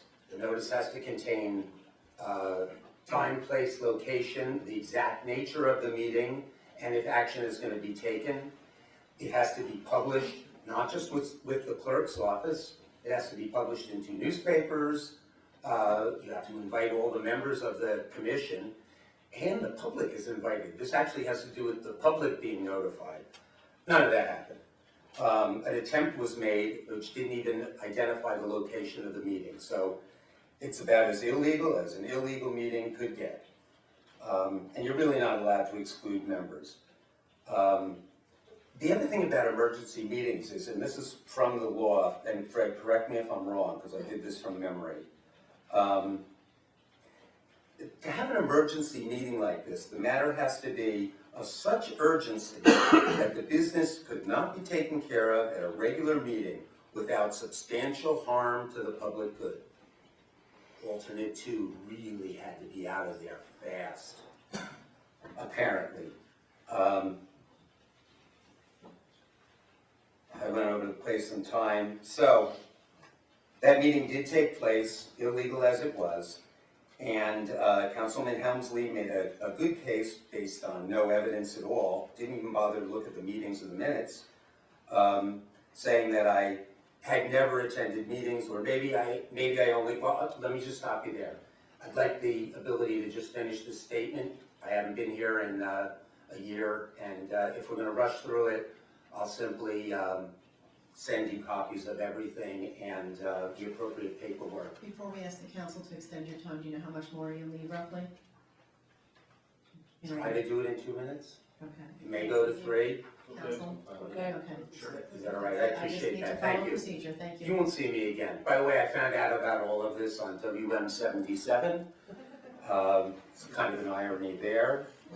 And they are doing a fantastic job. If you've looked at that channel, many hands do make light work. And I'm really gratified that some of the work of the predecessors, myself, made that a reality, because it didn't exist before. In any case, back to the matter at hand. The meeting was held on the 23rd. I couldn't really see any public emergency there or anything of such urgency. And I wasn't invited, so no one knew whether, why I was absent, and it wasn't something I was particularly public about. It was very upsetting, very traumatic for myself, more traumatic for my children and family. I went through all of this at the subsequent meeting, which, by the way, they should have validated the emergency meeting at. Fred will back me up on that, I'm sure. Because, in order to have these meetings, you have to have a 3/4 vote to even proceed. It's a really, it's a lot of stuff. And it really has to harm the public good. None of it happened. So he made a case. He convinced the EDC that I was really causing a problem in terms of people were getting nervous that they weren't going to have a quorum. It wasn't necessary to convene an emergency meeting by any stretch of the imagination. And I would hope that, for future reference, that Fred would educate all of the commissioners on all of the commissions as to the Open Public Meetings Act. It's written right into the town ordinances, but some people didn't even think that it was important to know, what laws govern their activity, which is somewhat troubling. But it is, it's part of what I discovered. As you know, this council voted on the best information they had at the time to get rid of alternate number 2 and create a vacancy. So a vacancy was created, and in that same meeting, that vacancy was filled. That was without advertising the vacancy. And it was by someone who put in their citizen leadership form the day of that meeting, April 6th. That's the urgency now we can see. So, you know, at the very least, I should have been afforded the opportunity, and I think Fred brought this up rightly at the meeting, to be, and he asked, you know, has he been contacted? Well, Mike Humsley, I'm sure, is going to tell you no at this point, because he knows that I keep scrupulous records, and the recording of my phone calls as to who's calling and the amount of time and when and the time of day is all automated. I don't do a thing, so I have very good phone records over that period of time. I went through 5,000 emails and not a single email on the subject. So unless this was communicated to me at one of these meetings that I wasn't attending through some magical powers, it's just a bunch of hogwash. So I think I've said enough to explain this. I don't really want to go into the medical details, but since not everybody was at the EDC meeting, I'll give you a thumbnail sketch as to why I was absent. And by the way, if you look at the minutes of those EDC meetings, I'm never marked as absent, out of courtesy to me and my family, because what I was dealing with was kind of serious, kind of a drag, to tell you the truth. You may have noticed I lost 90 pounds. People haven't seen me in a long time say, hey, you look great. It's not the way you want to lose weight. My heart was restarted. I had 4 surgeries. I have 1 more in June. And we'll see what happens from that point on. So again, I'll just go back to the beginning. I know I probably took more than the 2 minutes. I thank you all for giving me the opportunity to speak, and the clerk's office for providing me with the information. When the EDC asked me what I wanted to do at the meeting which followed the emergency meeting, I told them that I didn't have enough information at that point to say what I wanted to do. Well, I do have enough information now. I think Mr. Hensley? Mr. Hensley owes an apology to this council and to the EDC. What he did was wrong. It was, now I'm speculating, politically motivated. Councilwoman Dale even suggested that it might be my disruptive behavior at the EDC meetings that I didn't attend that might have been the cause. It's, the mind boggles. I'll send you the clip if you want. It's kind of peculiar, to say the least. What I'll do as a courtesy for everyone is I'll give you, so you don't put the clerk's office through this, all of the minutes of those meetings, and the clips from the videotapes where the various statements were made. One thing I can still do is lie in bed and edit videotape. Some things you don't lose. So, good luck. You know what my request is. I have full faith that you guys will do the right thing collectively, because I think you're all interested in seeing justice be done. It's not really about me at this point. It's about really protecting volunteers across the board. Thank you very much. Thank you. Thank you. And you'll see I don't have a wheelchair or a walker or a cane. Is there anybody else who would like to address the governing body? Yes, come on up, Joanne.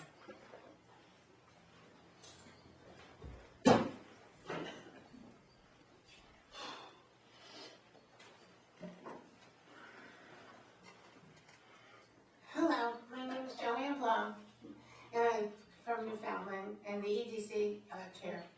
I would like to publicly say we're sorry to Gary for what he went through. I did not know he was that sick, and I know the other commissioners feel the same way. I'm so sorry, Gary. Please accept it. Thank you. I do. Thank you. Anyone else? Matt, Mike, Trevor?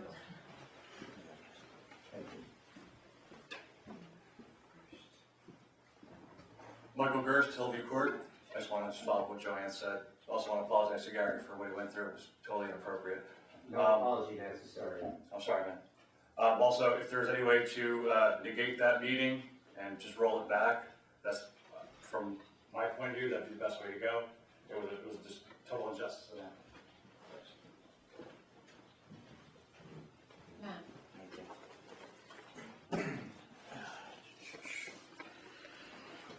I didn't invite them here, by the way.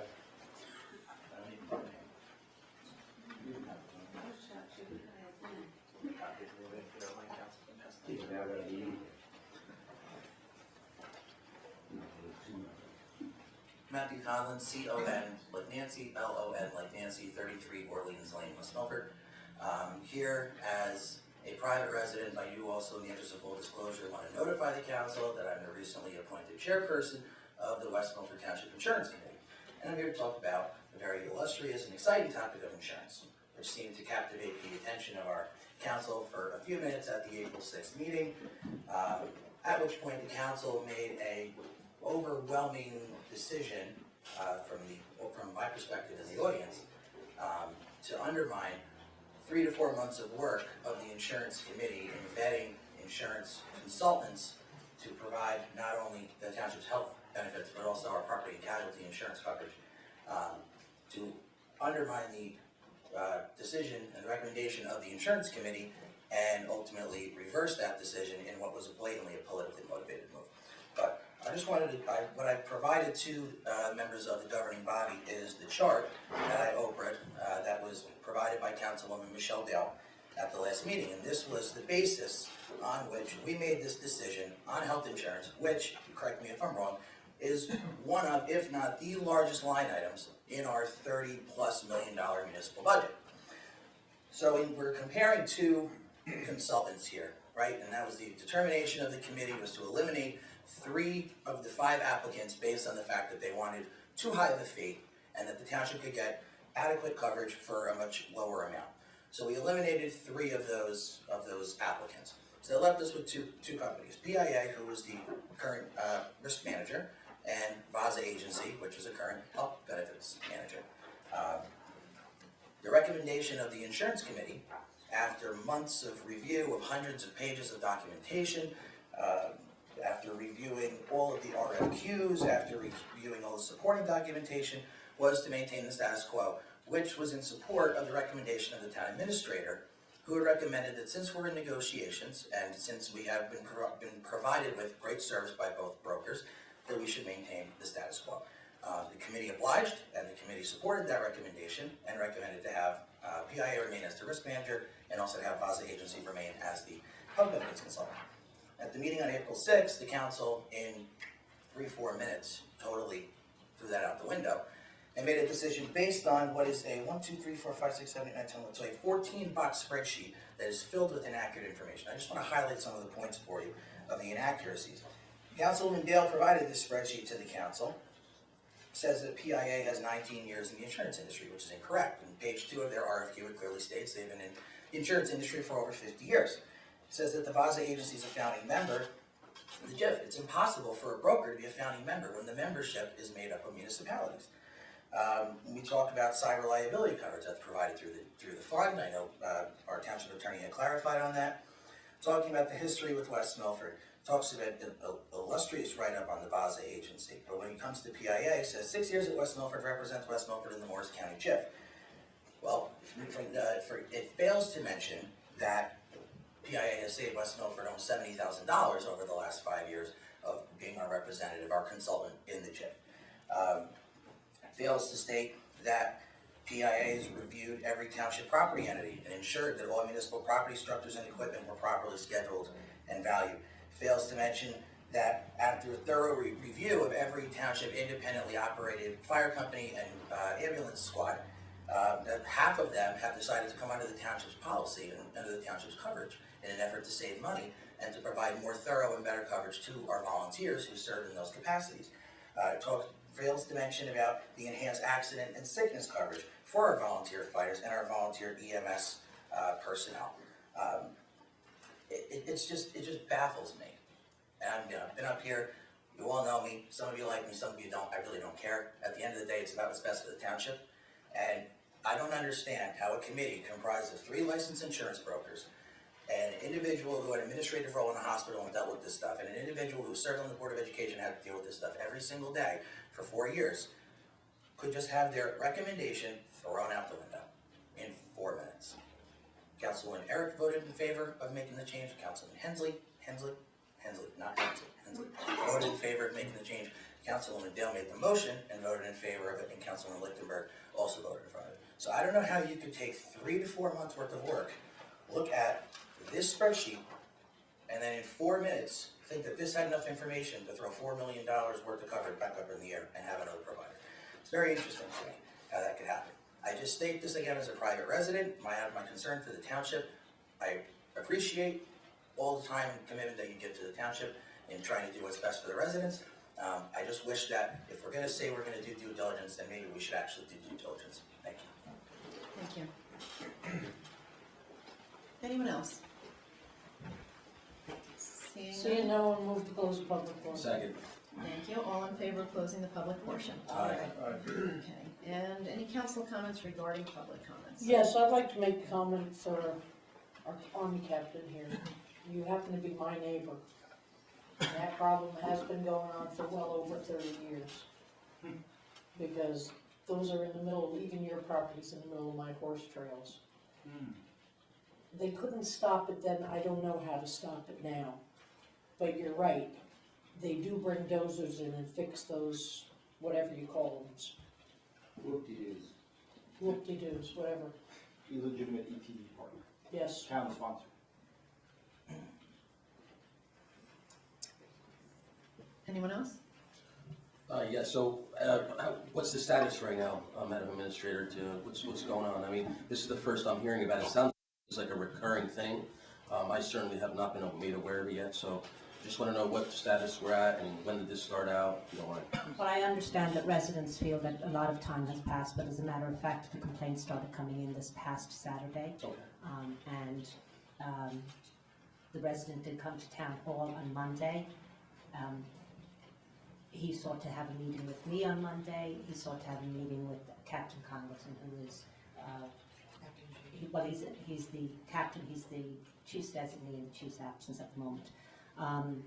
I was not available on Monday. I would have met, but I just, time did not afford it. I did speak briefly on Monday, I believe it was Monday, in my office with the resident, and sought to have a meeting, a joint meeting with the captain. We met with the resident and his wife on Tuesday for an hour and a half, Captain Congleton and myself. There are a number of ongoing investigations, and there are a number of steps that the municipality is looking into. But we could not execute or resolve this problem in 2 days. It just, it's a 30-plus year problem, and it's not going to be resolved in 2 days. So we are working on it. I don't have much to talk beyond that at this point. Some of the investigations are ongoing, and they will be lengthy investigations by the look of things and the issues that are there.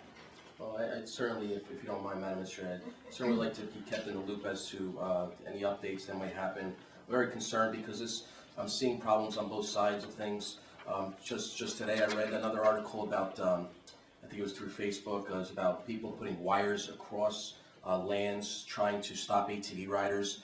And I got to tell you something, you may like somebody, you may not like what they're doing, it may be right or wrong, but there's ways to handle it by trying to hurt somebody, whether it be by riding through their property and hurting somebody, if that's in fact what happened, and putting wires across land so that you can clothesline people and potentially murder them. If that's in fact what the intention was there, certainly is unacceptable.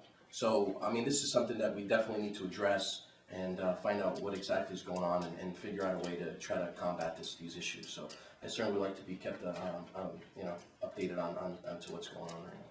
Yes, sir. To clear up one matter of fact, this did not begin occurring last Saturday, nor did the report. You know, ma'am, because you were in there when we went over the police reports, that they started over 3 weeks ago. There have been police reports every weekend. It started with me walking my dog and getting buzzed by bikers. And that's when I interact with the cop, and he tells me that he used to trespass there, and to forget about it, you're never going to be able to control it. They probably didn't see you in broad daylight when they buzzed me on the bikes. It's an ongoing problem, and I think there's some police that are sympathetic to it because they themselves did it as children. And I apologize to interrupt, but the policy is we have the public portion. That was your opportunity to speak. Now it's the governing body's opportunity. You can follow up with the administration. You can follow up with members of the council via email or phone if you'd like, but we can't have the back and forth because it's just not permitted. I apologize. No. And I hate to have to tell you that, but that's just the policy. I was trying to clarify. I understand that, and I appreciate that. Thank you. Thank you, Mayor. That was my my addition to that topic. And as everybody is aware over the last few meetings, I certainly have been very concerned about what's going on with the insurance committee, and certainly with the citizen members of committees, taking them out arbitrarily, removing them before their terms are up and that sort of thing. I don't want to get into a whole 3-hour circle here, but I'm certainly not happy with it. That's it, Madam Mayor. Anyone else? Thank you. Mayor? As far as the ATV goes, I would like a weekly update to make sure that something is being done. I can give a weekly update in terms of the township, but the investigations in the police department, that may be outside of my purview. And I could tell you by personal history that this goes back all the way into the early 70s. And, because it's, even you and your dog weren't immune, because I've been hit with, being on horseback, hit with them. So, you could go well back into this, and there's a lot of police reports on it. For a while, they could get them checked because they'll stake it out, and I'm sorry to say, we have good weekends coming. You're gonna be buzzed something awful. Also, I'm sorry. Reference to the EDC, I guess I'd like to make some sort of recommendation. First of all, I probably have to defer to Fred here, but if 2 parts. One, which is that the EDC members are speaking up. It seems like they're speaking up to keep Gary Steele as a member.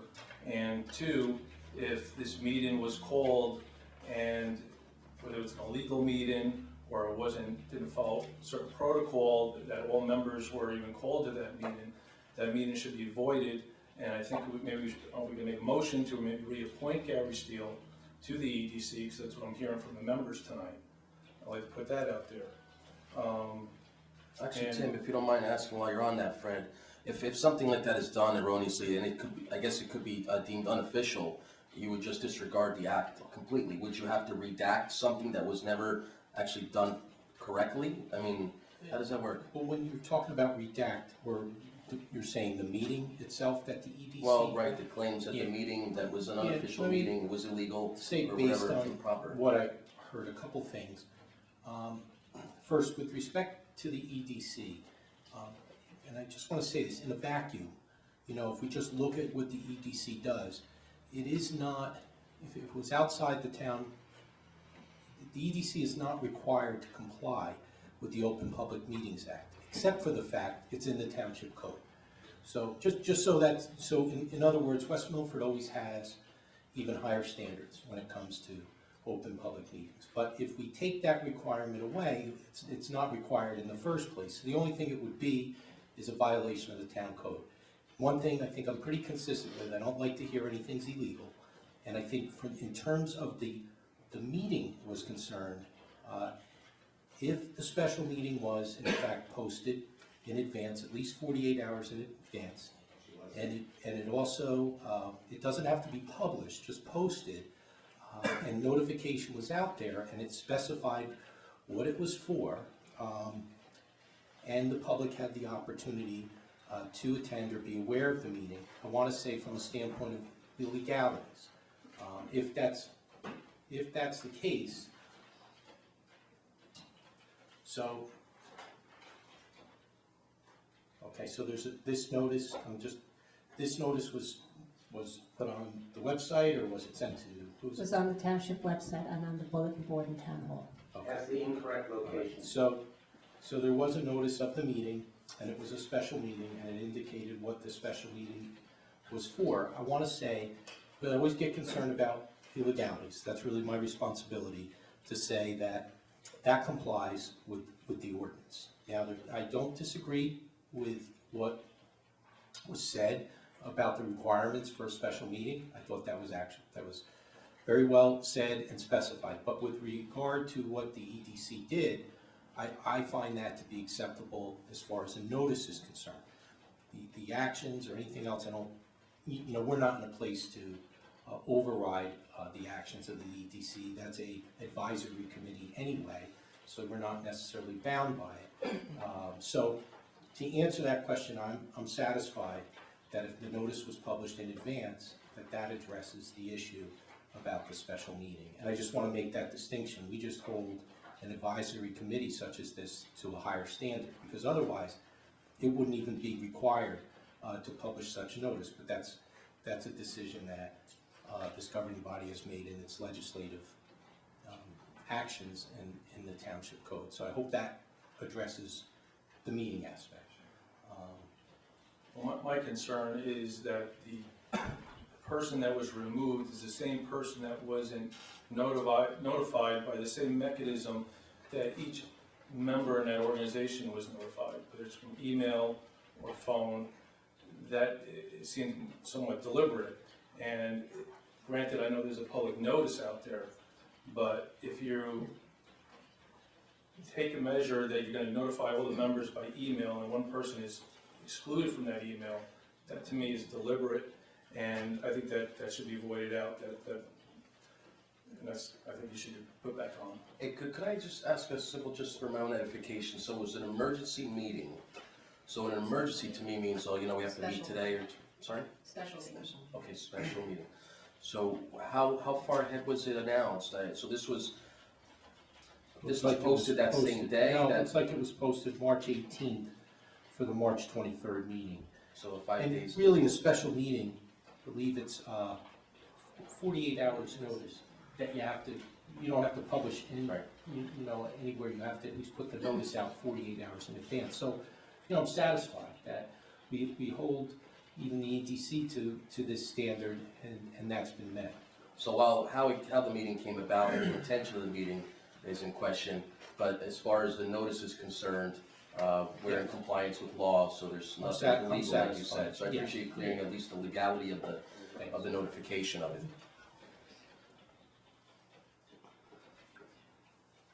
Anyone else? Yeah, one more thing to add in response to, because we're going back and forth here. I appreciate Matt Conlon speaking at the public portion.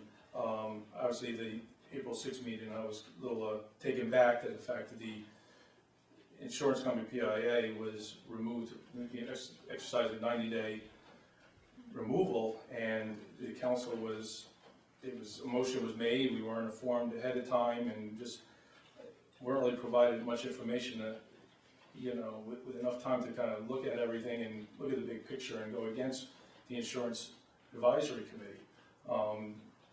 They're the ones that actually had both agencies present themselves, and they made the recommendation, and those are the same members we voted in to represent us, and I think we just threw it all away, and it's just another time here we're just not respecting the volunteers in this town and the ones that give up their time. And I think we should look at this in another meeting coming up and see if maybe this is the wrong decision, because some of the information that Mr. Conlon mentioned, I'm concerned about. The decision was wrong moving forward. So I'd like to address this. There was a lot of information that I went over. It was actually many hours worth of work. And one of the things I noted, I had many conversations not only with this municipality, but other municipalities that utilized both service agencies and have recently departed ways. A couple of things historically that I found out from other council members who served on a council at one time. That council had an advisory board, and the recommendation to the council was to retain the VASA agency wholeheartedly, and that council decided to vote against the insurance committee's recommendation. Had it not been, sorry Mr. Signorino, for you continually bringing up the fact that you did not agree with the insurance committee's recommendation, I would not have moved forward. You made accusations to the rest of these council members, which I think is unfair and unjust, that we were not interested in being fiscally responsible to the municipality. Not only did you say it once, but you said it twice. So because I am fiscally responsible with the municipality, I decided to take a look at the information. When I have a sitting council person saying that they don't agree with the insurance committee's recommendation, and you in fact are the representative of that committee, you didn't say who you wanted, why you wanted somebody different. I even asked you to go out and find the information out, come back with a proposal as to why you didn't agree, other than just excusing the rest of the council unanimously about not wanting to be fiscally responsible. Thirdly, We have advisory committees. That does not mean that we always take the advisement or recommendation of the particular committee. Unfortunately, there are times when we have to do our own homework, which is what I did, and come up with a recommendation, which is what I did. In 2008, Marilyn, I think you were serving on the council at the time. Yes. The recommendation was to retain VAZA agency, and like I said before, the council went against that recommendation and brought PIA into service.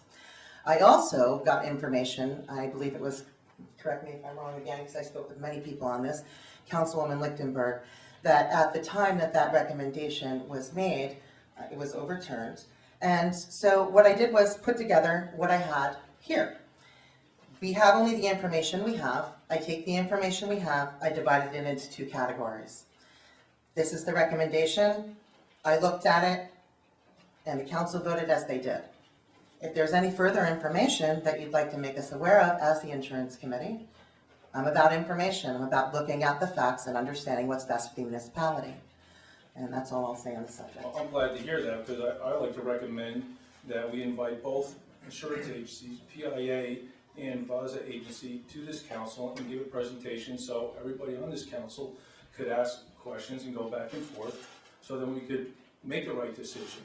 You know, just like I deal with my own insurance and I ask questions, and I like to, you know, we're not going by what the advisory committee said. I like to hear, why not invite them to the council? And we have it in the past, Councilman. Why don't we do it again? You know what? So, and the other thing I will say. There's a highest line item we have in the operating budget, and I'm not taking it lightly, you know? And neither did I. And the premiums are the same. It was based on the information that we had. There is no premium difference. It's based on the loss experience. And when you weigh the two, you could take the names off of them and you can separate them into categories. And when you look at it, I look at the information and it's clear to the direction of the motion that I made at the time. You know, and additionally, you know, we can go back and forth on this all day, but Look, you started it. Yeah. One at a time, please. I want to invite these agencies. Let me know when I can have the opportunity to chime in, so thank you.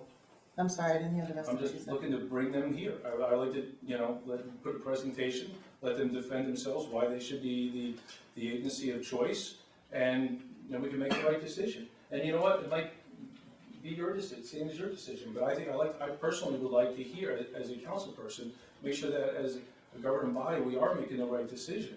You know, I mean, it just seemed very quick that the last council meeting that this was presented, motion was done, second motion within a few minutes, and it was voted on fairly quick and with no real discussion.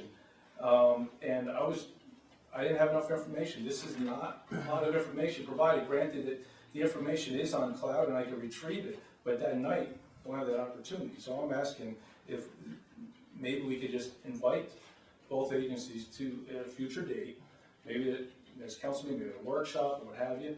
What's the harm? Right. Also, too, through the notes, and this is my last point. Oh, no problem, take your time. Thank I'm you. gonna say what I'm gonna say anyway. I appreciate that. The fire department's recommendation and the recommendation to bring the fire departments, I don't know if I remember reading this in the notes or having conversation with others, was also a recommendation from the VAZA agency at the time.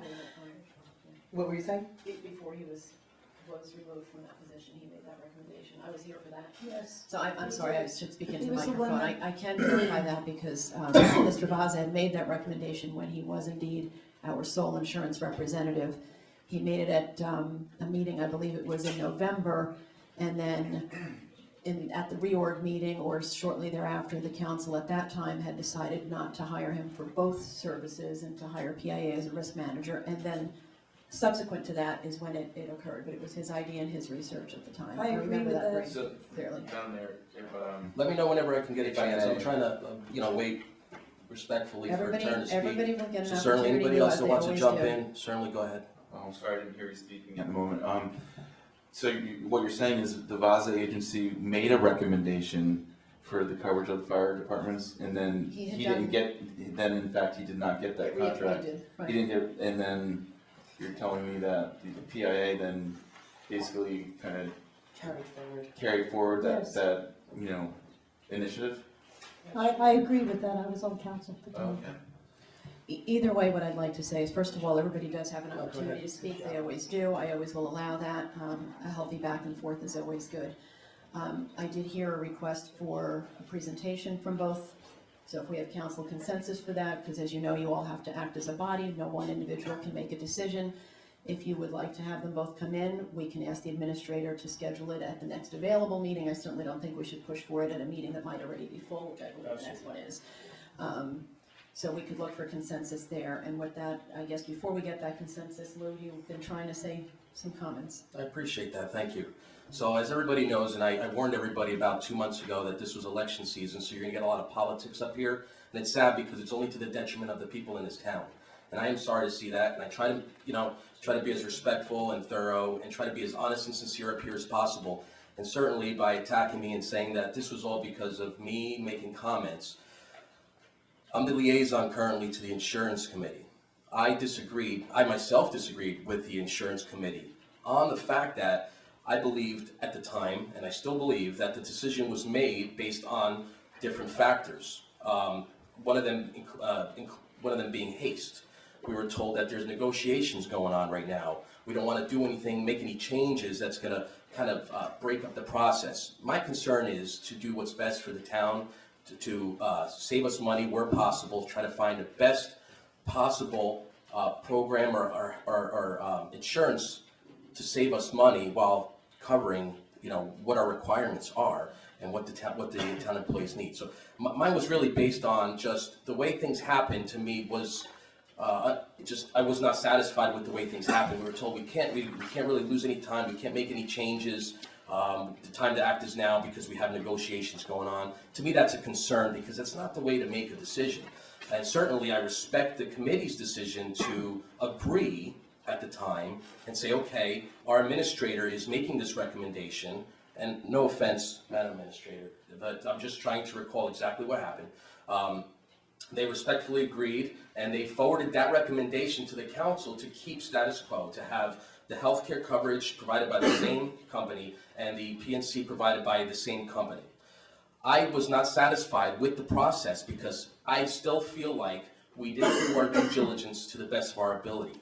And that meaning we don't even have all the information. I'm getting mixed information as to, well, we can't get all the information. We can't really have a proper bidding process like you do with a building. I know Councilwoman Dale says, oh, like any other thing, you go out for bid and you have this competitive bidding. It's not the exact same thing with insurance. At least that's my understanding. And certainly, I would totally support having the insurance representatives come to this council meeting to enlighten us, because I feel like we're having third-person conversations and recollections of things that happened years ago, when, really you should have these people do this for a living, and so they certainly should be here to have this discussion. And I would like to hear, maybe we'll come out with something good out of the conversation. We'll find out how to save some money. So, certainly, I want to kind of throw something else in there. Just recently I switched insurance companies. I had somebody that was providing me coverage for about, I think the last one was about 8 years. And I switched over and somebody saved me a substantial amount of money. So for me, somebody tell me that this company's been providing us a service for 22 years is not a basis for staying with that company. I don't feel like we've done our due diligence. I feel like there is a possibility, and I could be wrong, but there's a possibility for us to save money. And certainly I don't feel like we're doing enough. And that doesn't mean that I have to go out and start making phone calls and doing all the homework that an insurance person should do. We should have the people that are trying to get the work, to be there are professionals in this town, to do that work and to show us. So certainly I think having the two companies here is definitely a good start. So all those comments before, I would just dismiss them as political statements because that's exactly what they are. And that's exactly what has happened so far, so I've spoken my piece. Councilman Signorino, those were statements that you made, and I'm only repeating your words. So to make the allegation that they're political statements is completely unfair. You stated on many occasions that you did not agree. We had a back and forth. We talked about why you didn't agree. You never came up with the information. You never came up and said, can we have these people here? You said, I do not agree with the recommendation. You never made a statement as to the recommendation of what you'd like to do as the leader of that organization to move forward, have proposals come in, have presentations, or what have you. I'm not the leader, nor am I the chairperson. I'm only the representative, the liaison to the council. I'm only there to witness what is happening and to bring it back to the council. And so my concern about the haste and saying we have to move forward this way, that's what I brought to your attention. And certainly now, somehow, it's been revised with some meaningless chart that, I mean, absolutely says nothing, that really should influence four and a half, whatever the exact number is total, $1 million. It's a lot of money to me to just dismiss it and then just a flip of a switch. And then to say, well, Mr. Signorino said we should have one person. No, I didn't say it has to be one person. I had made a recommendation based on my experiences here so far in 6 years that I don't think that we had made the best decision. And it actually was contrary to what the committee said. So I'm just being honest and sincere, and I still think that we're just not getting the best for our buck. So I put out the request to bring these two agencies to this council. I mean, the good thing is the Insurance Advisory Committee, they interviewed 5, and they were down to these 2. So having these 2 come and limit them to maybe 10, 15 minutes to present themselves and have an opportunity to have a little back and forth, and I think we could move forward and have a vote and be a little more educated. Like whenever we are on our own, we buy insurance, we talk to the person themselves. Tim, you know what? If you don't mind me, I recall something since we're talking recollections. And again, I would totally support having the 2 companies here to speak on their own behalf. But I was in the audience running for my first term here, and I listened to the 2 companies when the decision was made. And I recall that our health provider was doing the PNC and was charging 6%, and then had to lower it because the other company was willing to do it for the 5%. So that's what I'm saying. Just having them here for 22 years to me is not a basis to having the same company.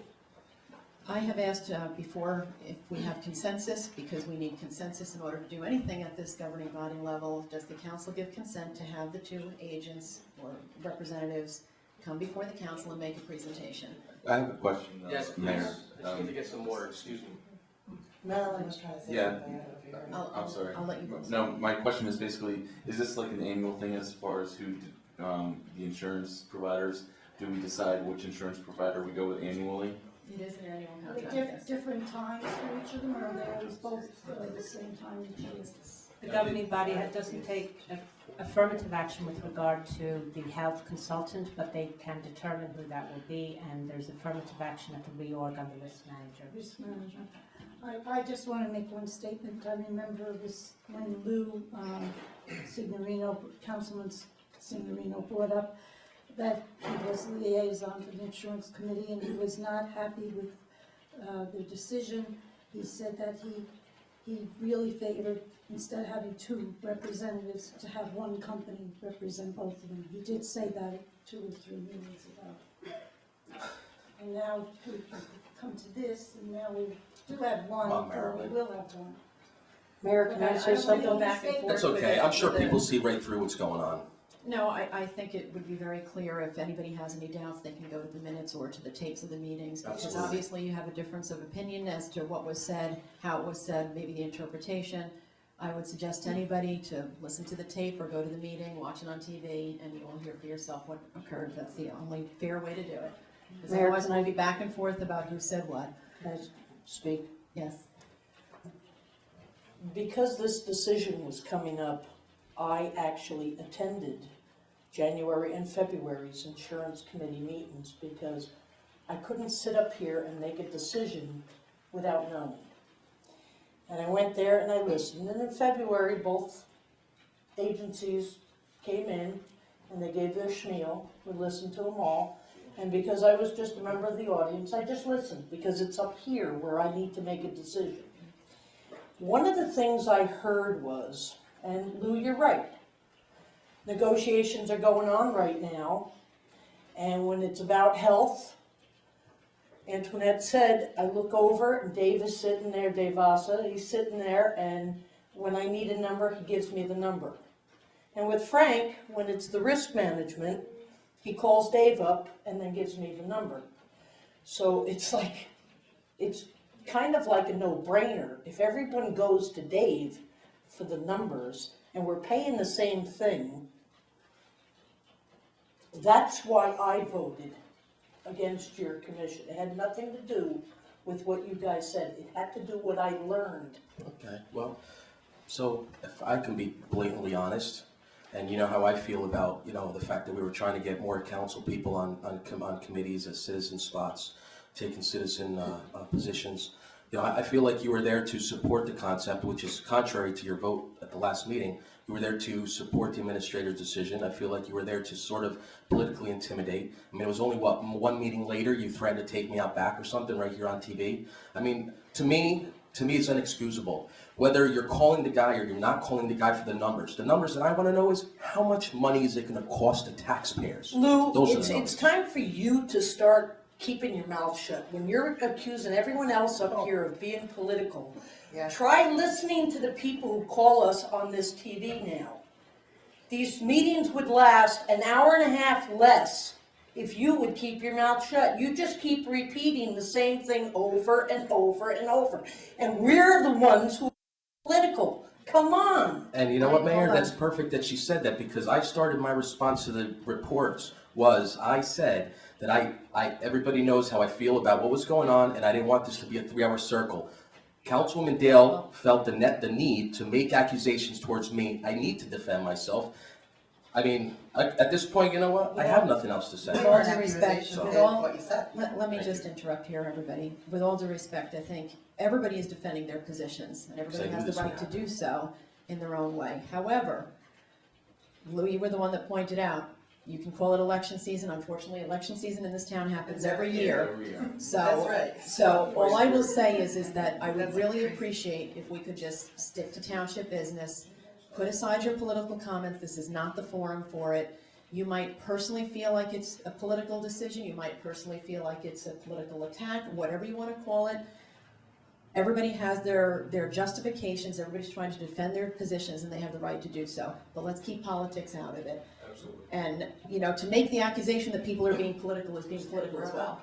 So I would just ask that we all refrain from that. Let's stick to the business at hand. You're right, I Madam have Mayor. asked several times if we have consensus to bring the representatives in. If we have consensus, we will. If we don't, we don't. If we don't have consensus, the decision stands, because the decision was made by the council majority. That's the way it works. Let's hear from them. If you have consensus to have them come in, there is the opportunity to potentially change that if that's what this governing body wants to do. Again, you need a majority to act on anything. So I am just seeking if there is a majority. Thank you, Mayor. I responded yes. I will say that I'm not interested. I spent many hours going over this information, calling other municipalities, speaking with people who have the historical data, understanding the cost, looking at the different funds that are available, what funds are represented by each particular agency, how the funds have performed, et cetera, et cetera. I've learned far more about information than I ever really wanted to know, and I'm satisfied with the research that was done. And it's all available to any council member at any time on the cloud. Back years and years of information. You can follow the history there. You can get the information of the RFQs. This isn't information that was privy to just myself. It's really, if you don't agree with the decision and there's other information, then you should bring it to a council meeting and present it. Well, What are you afraid of? I'll vote yes. I'm I was voting gonna yes say, on so this. I have 2 yeses. I mean, this is a Michelle common means sense no. business approach to listen to the professionals that do this for a living, not somebody who's doing What are you research. afraid of? What are you afraid And of? that's all I'm asking. Well, What's again, gonna just come out? council, with all due respect, there are several people up here that have heard of all of the presentations already and have familiarity with them. So they might not feel the need to hear them, I'm just saying. Absolutely. So let's go Absolutely. back, can we, you know what? Have some consideration for the new guy. In order to get consensus, since it seems so difficult to get it, Nicole, would you mind doing a roll call, please? It's just for consensus. Councilwoman Earp, No, I already heard it. Councilman Hensley, No, I'm confident that we have enough information to make a good decision on. Councilman Wagner, For consensus.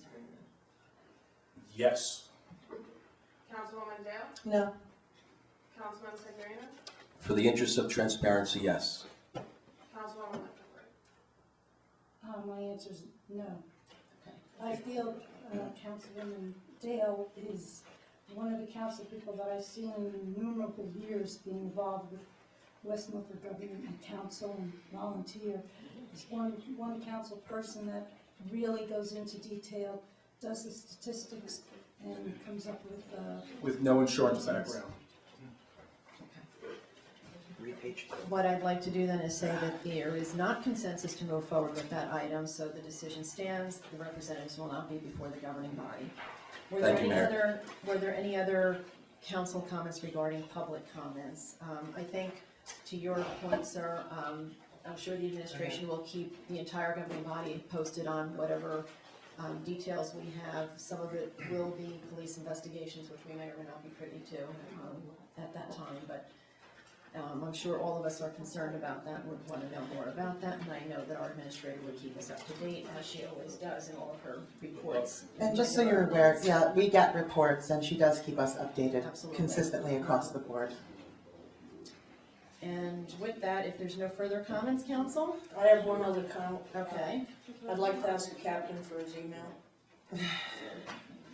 Frank, F-R-A-N-K, Zitzman, Z-I-T-Z-M-A-N, @gmail.com. Spell the last name one more time. Zitzman, Z as in Zulu, I as in India, T as in Tom, Z as in Zulu, M as in Mike, A as in Alpha, N as in Nancy, @gmail.com. Thank you. I want to say thank you for your service to our country, sir. Absolutely, thank Yes, you. sir. Anything else, council? Okay, then we are on to new business. We have one ordinance for introduction. There will be a public hearing scheduled for May 4th, which is our next meeting. It is bond ordinance appropriating $3,250,000 and authorizing the issuance of $2,850,000 in bonds or notes of the township for various improvements or purposes authorized to be undertaken by the township of West Milford in the county of Passaic, state of New Jersey. So moved. Second. Any discussion? Roll call. Councilwoman Eric? Yes. Councilman Hensley? Yes. Councilman Wagner? Yes. Councilwoman Dale? Yes. Councilman Signorino? Yes. Councilwoman Miller? Yes. Okay, thank you, council. And then we have resolutions, and as always, most of them, if not all, appear to be normal township business. I'd like to ask for a motion to move agenda items 2 through 16, which would be resolutions 144 through 2 and including 158. So moved. Second. Is there any discussion on any of those items? Seeing none, roll call, please. Councilwoman Eric? Yes. Councilman Hensley? Yes. Councilman Wagner? Yes. Councilwoman Dale? Yes. Councilman Signorino? Yes. Councilwoman Miller? Yes. Thank you, council. And we have resolution 2016-159, a resolution authorizing the payment of bills. And Second. Any discussion on any of our items? I just have to mention this because a couple of the viewers of 77 said that we rushed too quickly through this. I want to tell you that, and I've told you on the phone too, I review every one of these bills. Anything in question, I bring up and I have them answered by the administrator. So when it comes to this meeting, when I say pay them, it's because I've already reviewed every one of them. They're legit. So that is for a couple of the people out there who will be watching tomorrow morning. Okay, thank you. Any questions or comments on any of the bills? No, thank you, Mayor. Then I'd like to have a roll call vote, please. Councilman Eric? Yes. Councilman Hensley? Yes. Councilman Wagner? Yes. Councilwoman Dale? Yes. Councilman Signorino? Yes. Councilwoman Miller? Yes. And just for the council's edification, I had skipped over the executive session earlier, and I double-checked with Fred. We do not need to discuss the item that he asked to just be placed automatically on the agenda in case there were any updates. There are none at this point in time. And the other item that was listed has been pulled as well, right? That's correct, Madam Mayor. So we do not need to go into executive tonight, and I'm sure the administrator will give a brief update on that matter in her report. Yes, possibly on email since it was executive session, right? Yes, I believe that I can say in public that we received a check from you last today in the amount of $2,000. Okay, so hence that matter is off the agenda. With that, we have reports, and Mike, you're up first this week. Thank you, Mayor. Just want to remind everybody that we're having a business seminar here at Town Hall at 9 in the morning, May 23rd on a Monday. And there's 2 guest speakers, and should be a very good time. Very informative. They're going to be talking about low interest business loans that would be available to business owners in the community. So any small business owner or business owner in town that would be interested in hearing the two guest speakers, by all means, mark your calendars for May 23rd, 9 a.m. right here at Town Hall. All right, that's my report, Mary. Thank you. Thank you. Tim? Thank you, Mayor. Let's see, Rec Advisory Committee is actually meeting tomorrow, but a few things for the Recreation is having a adult dodgeball league. You can join today. It's open to ages 18 and older. Looks like registration is now being accepted. Deadline is June 1st, 2016. Fee is $45 per person. As a reminder, that's a pride rummage sale. Last year they raised approximately about $9,000, and that starts April 22nd and 23rd. And there's another thing they're doing is the game of pickleball, which I didn't know what this was until I picked up a flyer. Pickleball is the fun game with funny name as a ride. Pickleball is the fastest growing sport in the country. It's a lively racquetball for all ages and abilities. Many kids and teenagers play it in physical education classes in middle and high schools. Adults and seniors, adults enjoy the social aspects of the ability to stay active in towns and retirement communities. Pickleball is a racket sport which combines elements of badminton, tennis, and table tennis. The rules are simple and the game is easy for beginners. It began yesterday, and if you're interested in participating, as an open plays on Tuesdays and Thursdays, 9 a.m. to 12 p.m. For the month of April. Right. Yesterday was the fireworks committee. Just quick updates. Did receive the $5,000 check from Lakeland Bank, brings total sponsors to $17,100. To date, we have 5 out of 20 vendors that we were hoping for. The committee did reach out to as many local vendors as possible, so I think now they're going to be trying to reach outside the town. So if you are interested in becoming a vendor, make sure you reach out to Tim Rotman. We got a chance to look at the poster for the fireworks and voted on that, so that's all completed. And I'm going to be working with Tim Rotman for the site plan, working out the for emergency services, where the vendors are going, just a whole site plan that they need to work with the police department.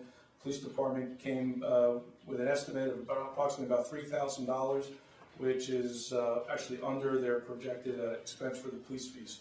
So that was encouraging.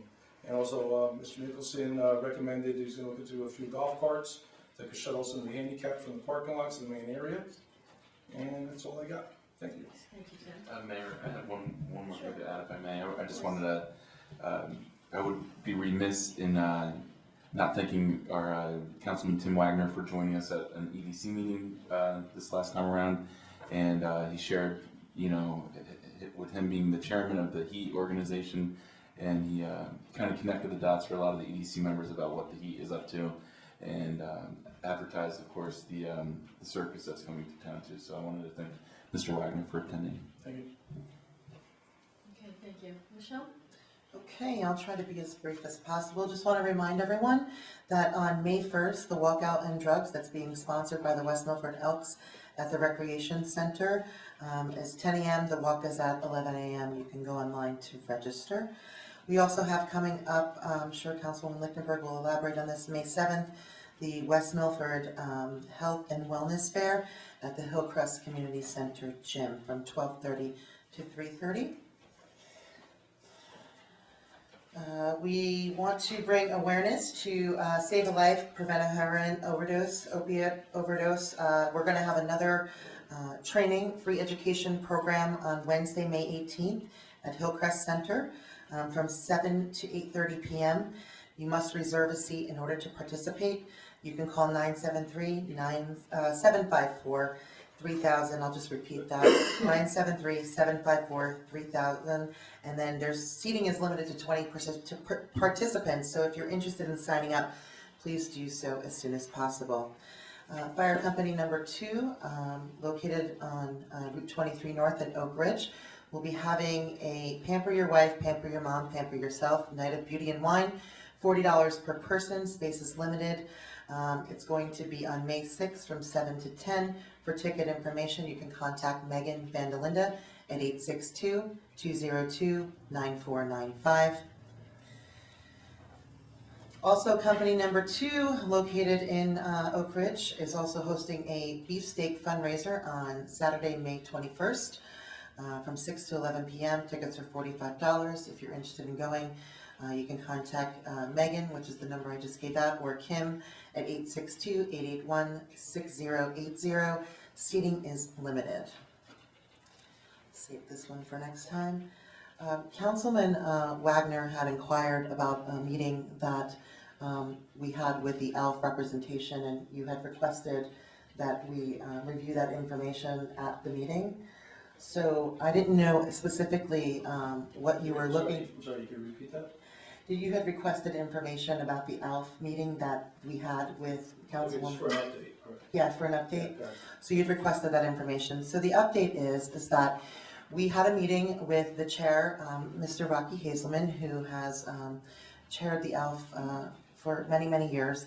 And the goal that we were trying to convey to Mr. Hazelman was that originally when the program started, that it was supposed to become a self-sustaining program.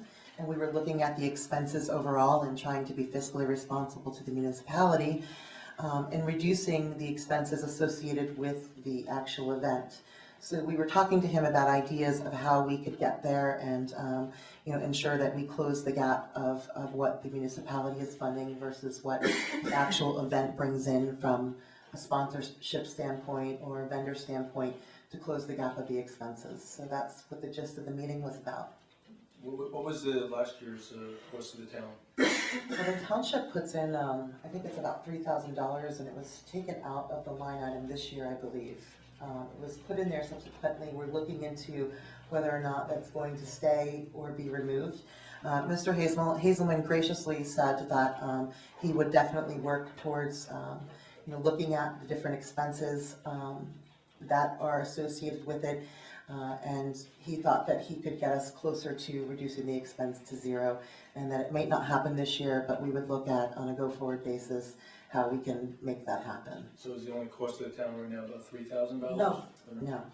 No. So, The actual cost that's not being paid is the police and DPW, which is just over 15,000 last. correct.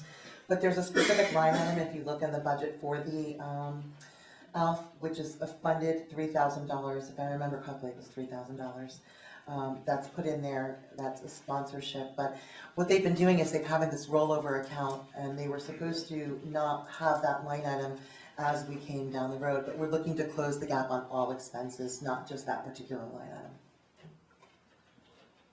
And what's I know the income is the vendors. Do we have any sponsor money that comes to that event? We do, and the way it's structured today is that the sponsors, they utilize the sponsorships to be able to provide the promotional material and get the volunteers to be able to work that day.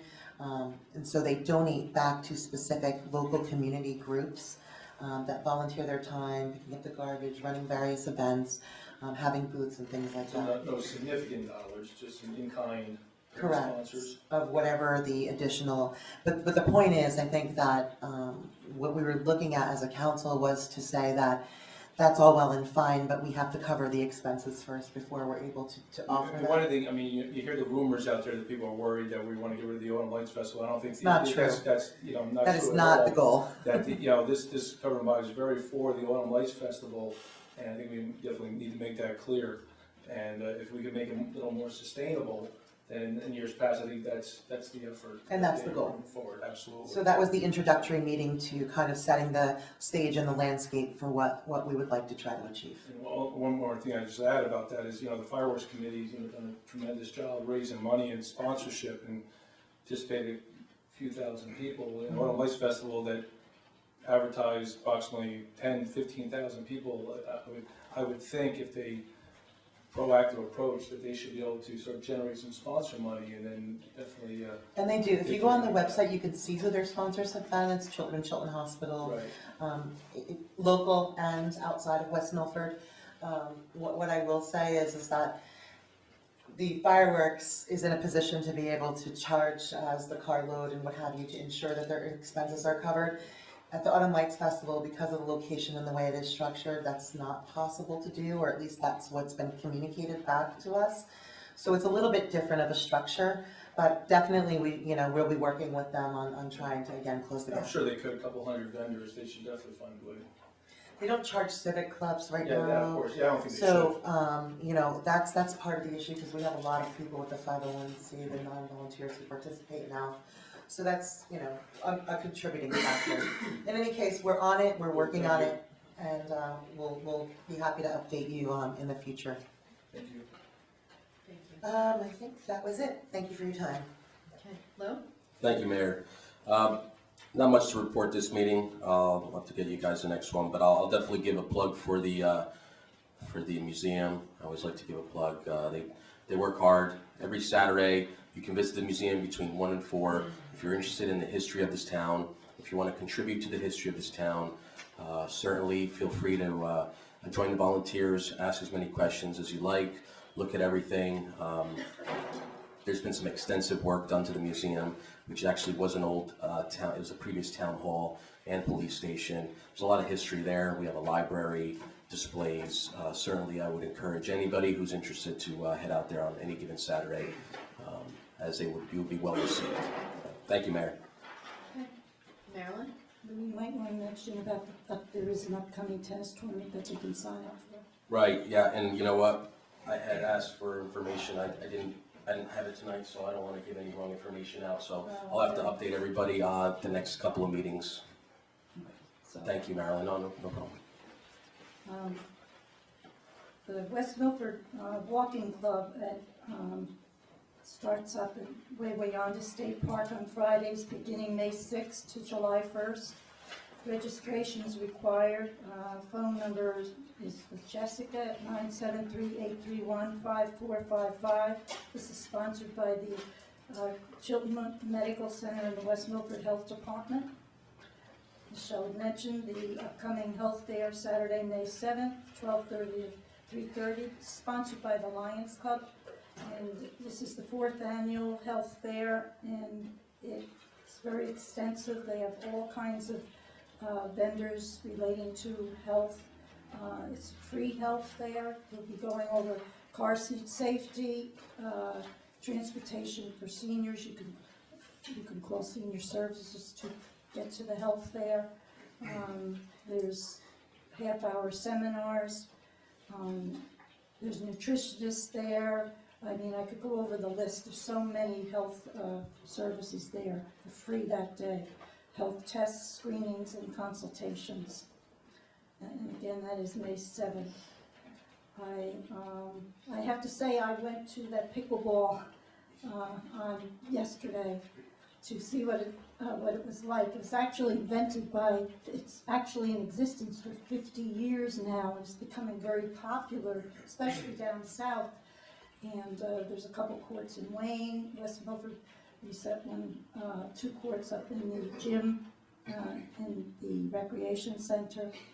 And there's an actual, like a national association for it. And it was invented by 2 elders. They wanted to have something that they could participate in that wasn't quite as large as the tennis court. And it's a smaller court. And it was very interesting. I'm thinking of going back again. Tell them why pickle. Why pickle? Evidently, from what I read by Googling it, it's the wife of the man who invented it, and he's still with the program, and still now they actually got into the manufacturing of the paddles and everything. But they had a dog named Pickles, and Pickle was always chasing all the balls when they were playing tennis and that, so they called this pickleball. So. Okay. That'll be for your next trivia game. I have a few more things. Senior, Mayor, I have to apologize. The sign up here, because sometimes I end up coming back with more comments because I have to caution senior moment, I want to remind everybody that I'm here at Town Hall on Fridays from 10 to 12 to hear your ideas, suggestions, and your concerns. From 10 to 12 every Friday. Tomorrow, there is the first of two Alzheimer's Association sponsored meetings, 11 o'clock to 12:30 tomorrow at Camp Hope. It's Healthy Habits for Healthier You. There's it's a workshop that will cover researching areas of diet, nutrition, exercise, and cognitive activity.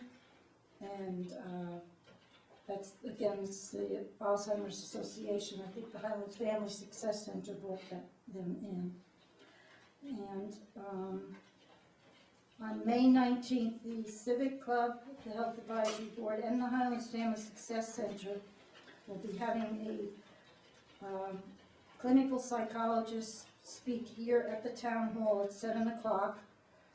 He is a drug counselor and a clinical psychologist speaking regarding drug situations, all kinds of information about drugs. I also want to thank the Messenger newspaper for what I was so happy to see brought out in the newspaper this past Friday, which with the headlines on the front page and a half page about the epidemic of heroin.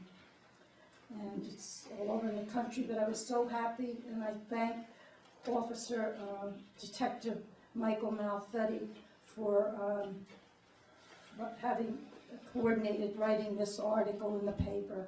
And really, I was so happy to see this information on the paper, and also included a full page within the paper too. And I think there's going to be some follow-up information on that. But again, May 19th, the Civic Club Health Advisory and the Highlands Family Success Center is having a drug counselor speaking here at Town Hall at 7 o'clock. I think that I covered everything, Mayor. Thank you. Thank you, Marilyn. And Lou, you had one more thing? Yeah, thank you.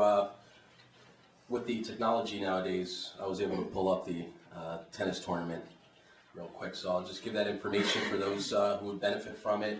The 2016 West Milford Museum Tennis Tournament will be held on June 11th and 12th, 2016. Entry forms and sponsor forms are available on the museum website under Forms and Documents. Thank you to our sponsors for the 2016 tennis tournament. Main tournament sponsors: Lakeland Bank, Eastern Propane, Precision Chrysler Jeep Dodge. Category sponsors: Applebee's Butler, Connecticut Open, Capola Services, Dr. Michael Ilardi, Ferrioli, Wilcots, Cerullo and Cuva, and Sarah West Milford ShopRite. And tournament supporters: Greenwood Lake Animal Hospital, Mark Lindsay and Son Plumbing, Milton Inn, and as it states here on the website, we're grateful to Carl Richko, the tournament director. This is his 24th year directing and coordinating the tournament, and additional sponsors are certainly needed. So anybody who can sponsor, please contact museum@westmilford.org for more sponsor info. Player and sponsor info is also on the museum website or on westmilfordtennis.com.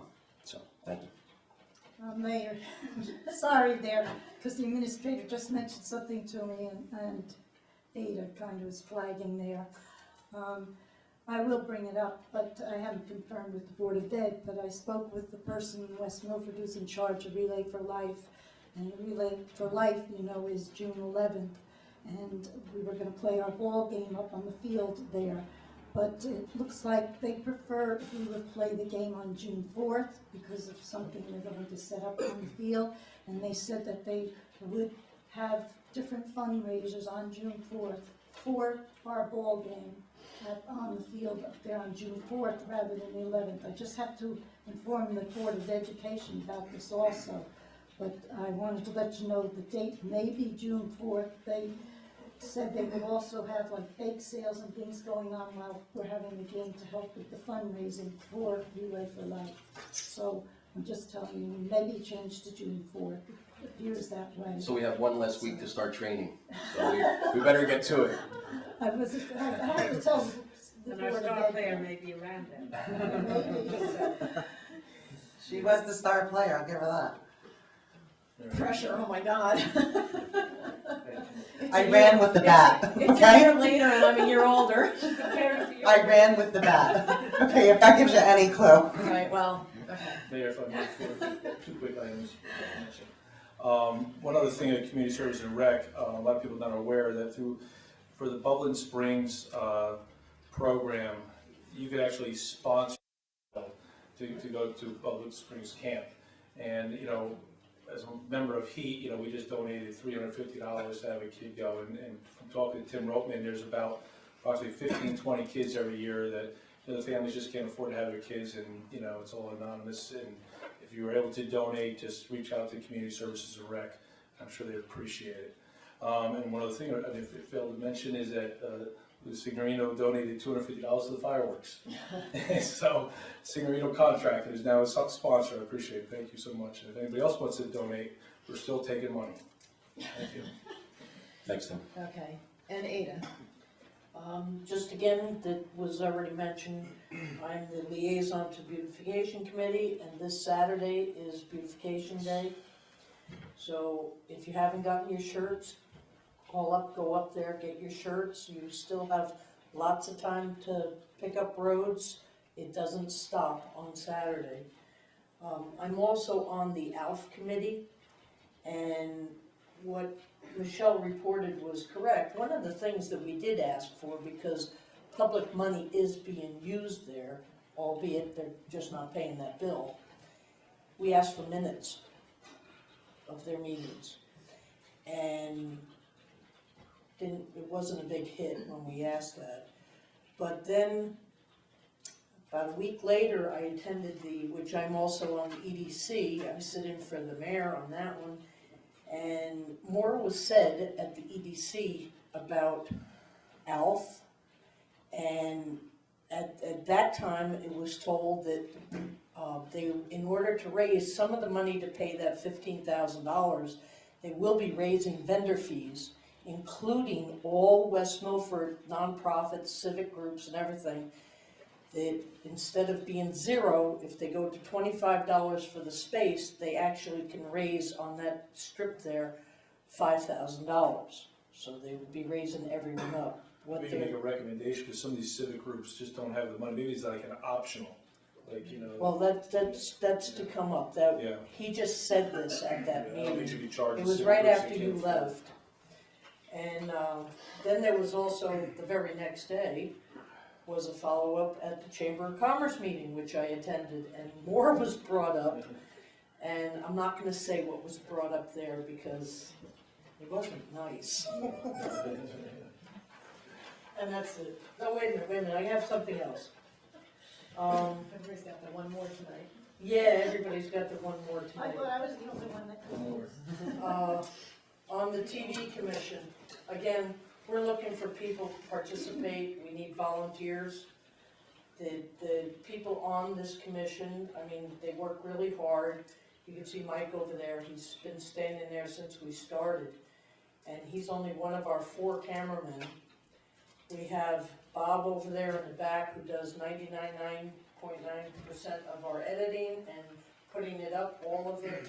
And Gary over there who's creating a lot of the commercial right now. But we need a lot more people.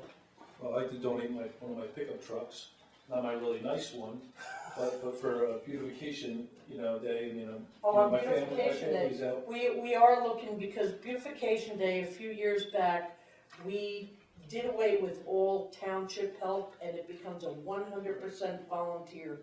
So we need people with pickup trucks, because there's routes to go out, and before the end of the day on Saturday, we go out and pick up all the bags and bring them up to the depot. And then even up there, they're sorted again, and everything recyclable goes into recycling, and there's very little trash that's left. And who do I coordinate that with? Call up the DPW, because Eddie Steins is, Is he on the line? Okay. yes. Yeah, just call 728-2724.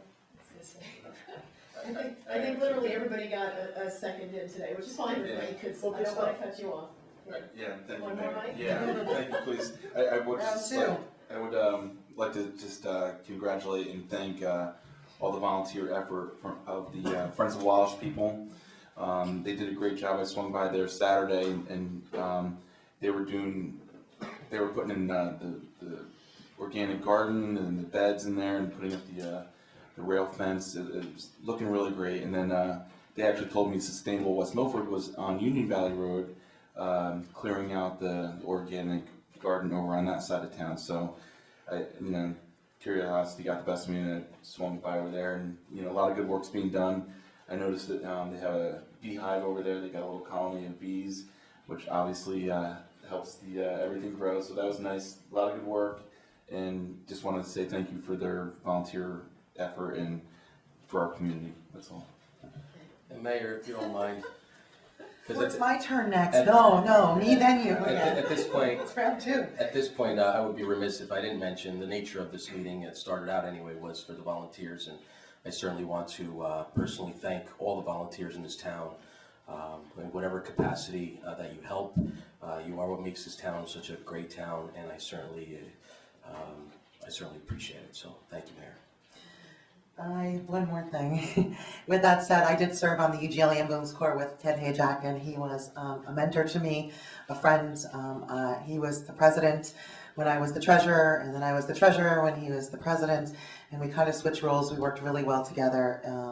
So I'd like to personally congratulate him as not only a council person, but also as a member and a member of the community. And I will be going back to EMS very shortly. So just have to get past a few things, recertify in June, and I think I'm ready to go back.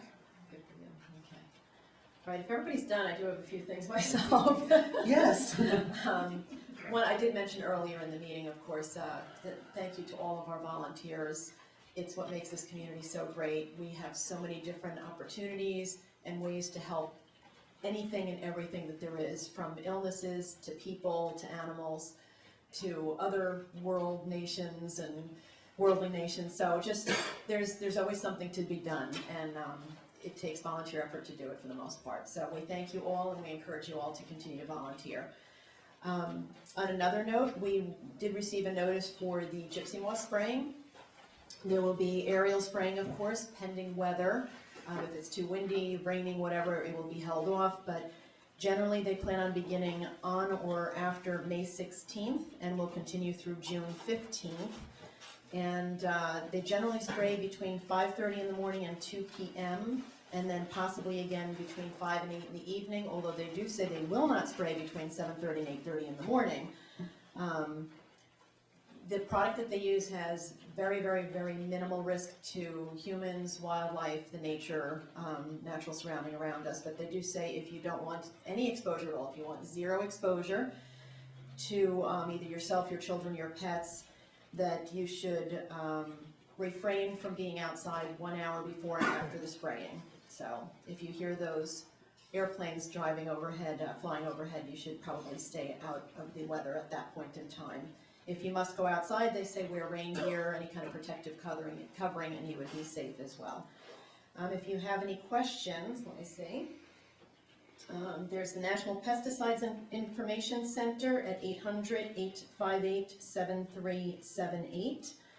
If you have an emergency, there's the Poison Information and Education System at 800-222-1222. And for the New Jersey Pesticide Control Program, it's 609-984-6507. You can also contact a local municipal person at 728-2720 for any additional information. And then I would like to just revisit a general topic that was discussed earlier. Most of you know I've been mayor for 8 years. I'm in my 9th year, and I have seen it all. I've been through all the cycles. I've been through 8 elections while being mayor, and unfortunately they do happen every year in this town. In the past, we had 6 members of the governing body, all of whom were of like mind, very little conversation or discussion at all. It was just either all yeses or all nos, and that was oftentimes viewed as political. Now we have a group of individuals that actually have a difference of opinion, that aren't afraid to state their opinion, express their philosophical viewpoints on an issue, debate it in a healthy manner, and ultimately make a vote. All throughout the year and throughout the years, it is done so in a healthy manner, except when it's election time. And then once again, those comments, those debates those differences of philosophy and viewpoints on township issues are suddenly converted and categorized as political. And I think it's wrong, and I think it should stop. I said it earlier. I think everybody up here has good intentions and honorable intentions, and they're making decisions based on what they believe to be in the best interest of this township. And to convert it into anything else is just wrong. I don't care what time of year it is. So again, I will say a statement to every member up here. Please refrain from doing so. Let's keep this civil. Let's stick to township business. Everybody has their opinions. They're entitled to express it, and nobody can get inside your other people's heads and know what their motivations are. My opinion is the motivation of everybody up here is to do what's right for this township. That's what you were elected to do, and that's what I expect you all to do. Thank you. Antoinette, do you have anything? I do, thank you, Madam Mayor. I would ask the governing body if I could have consensus to charge the $4,500 for the septic repair work at Town Hall to the facilities account. Council? Yes. Yes. Thank you, that would be consensus.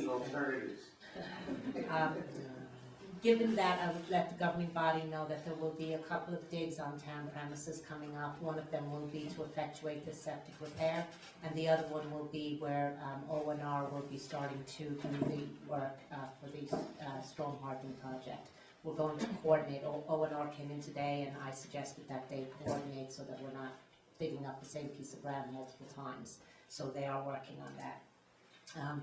I spoke with Mr. Casey today, and we have advertised the May 4th meeting for an early start, 5:30 for the budget meeting, anticipating that we will not get the budget completely done in that 1 hour.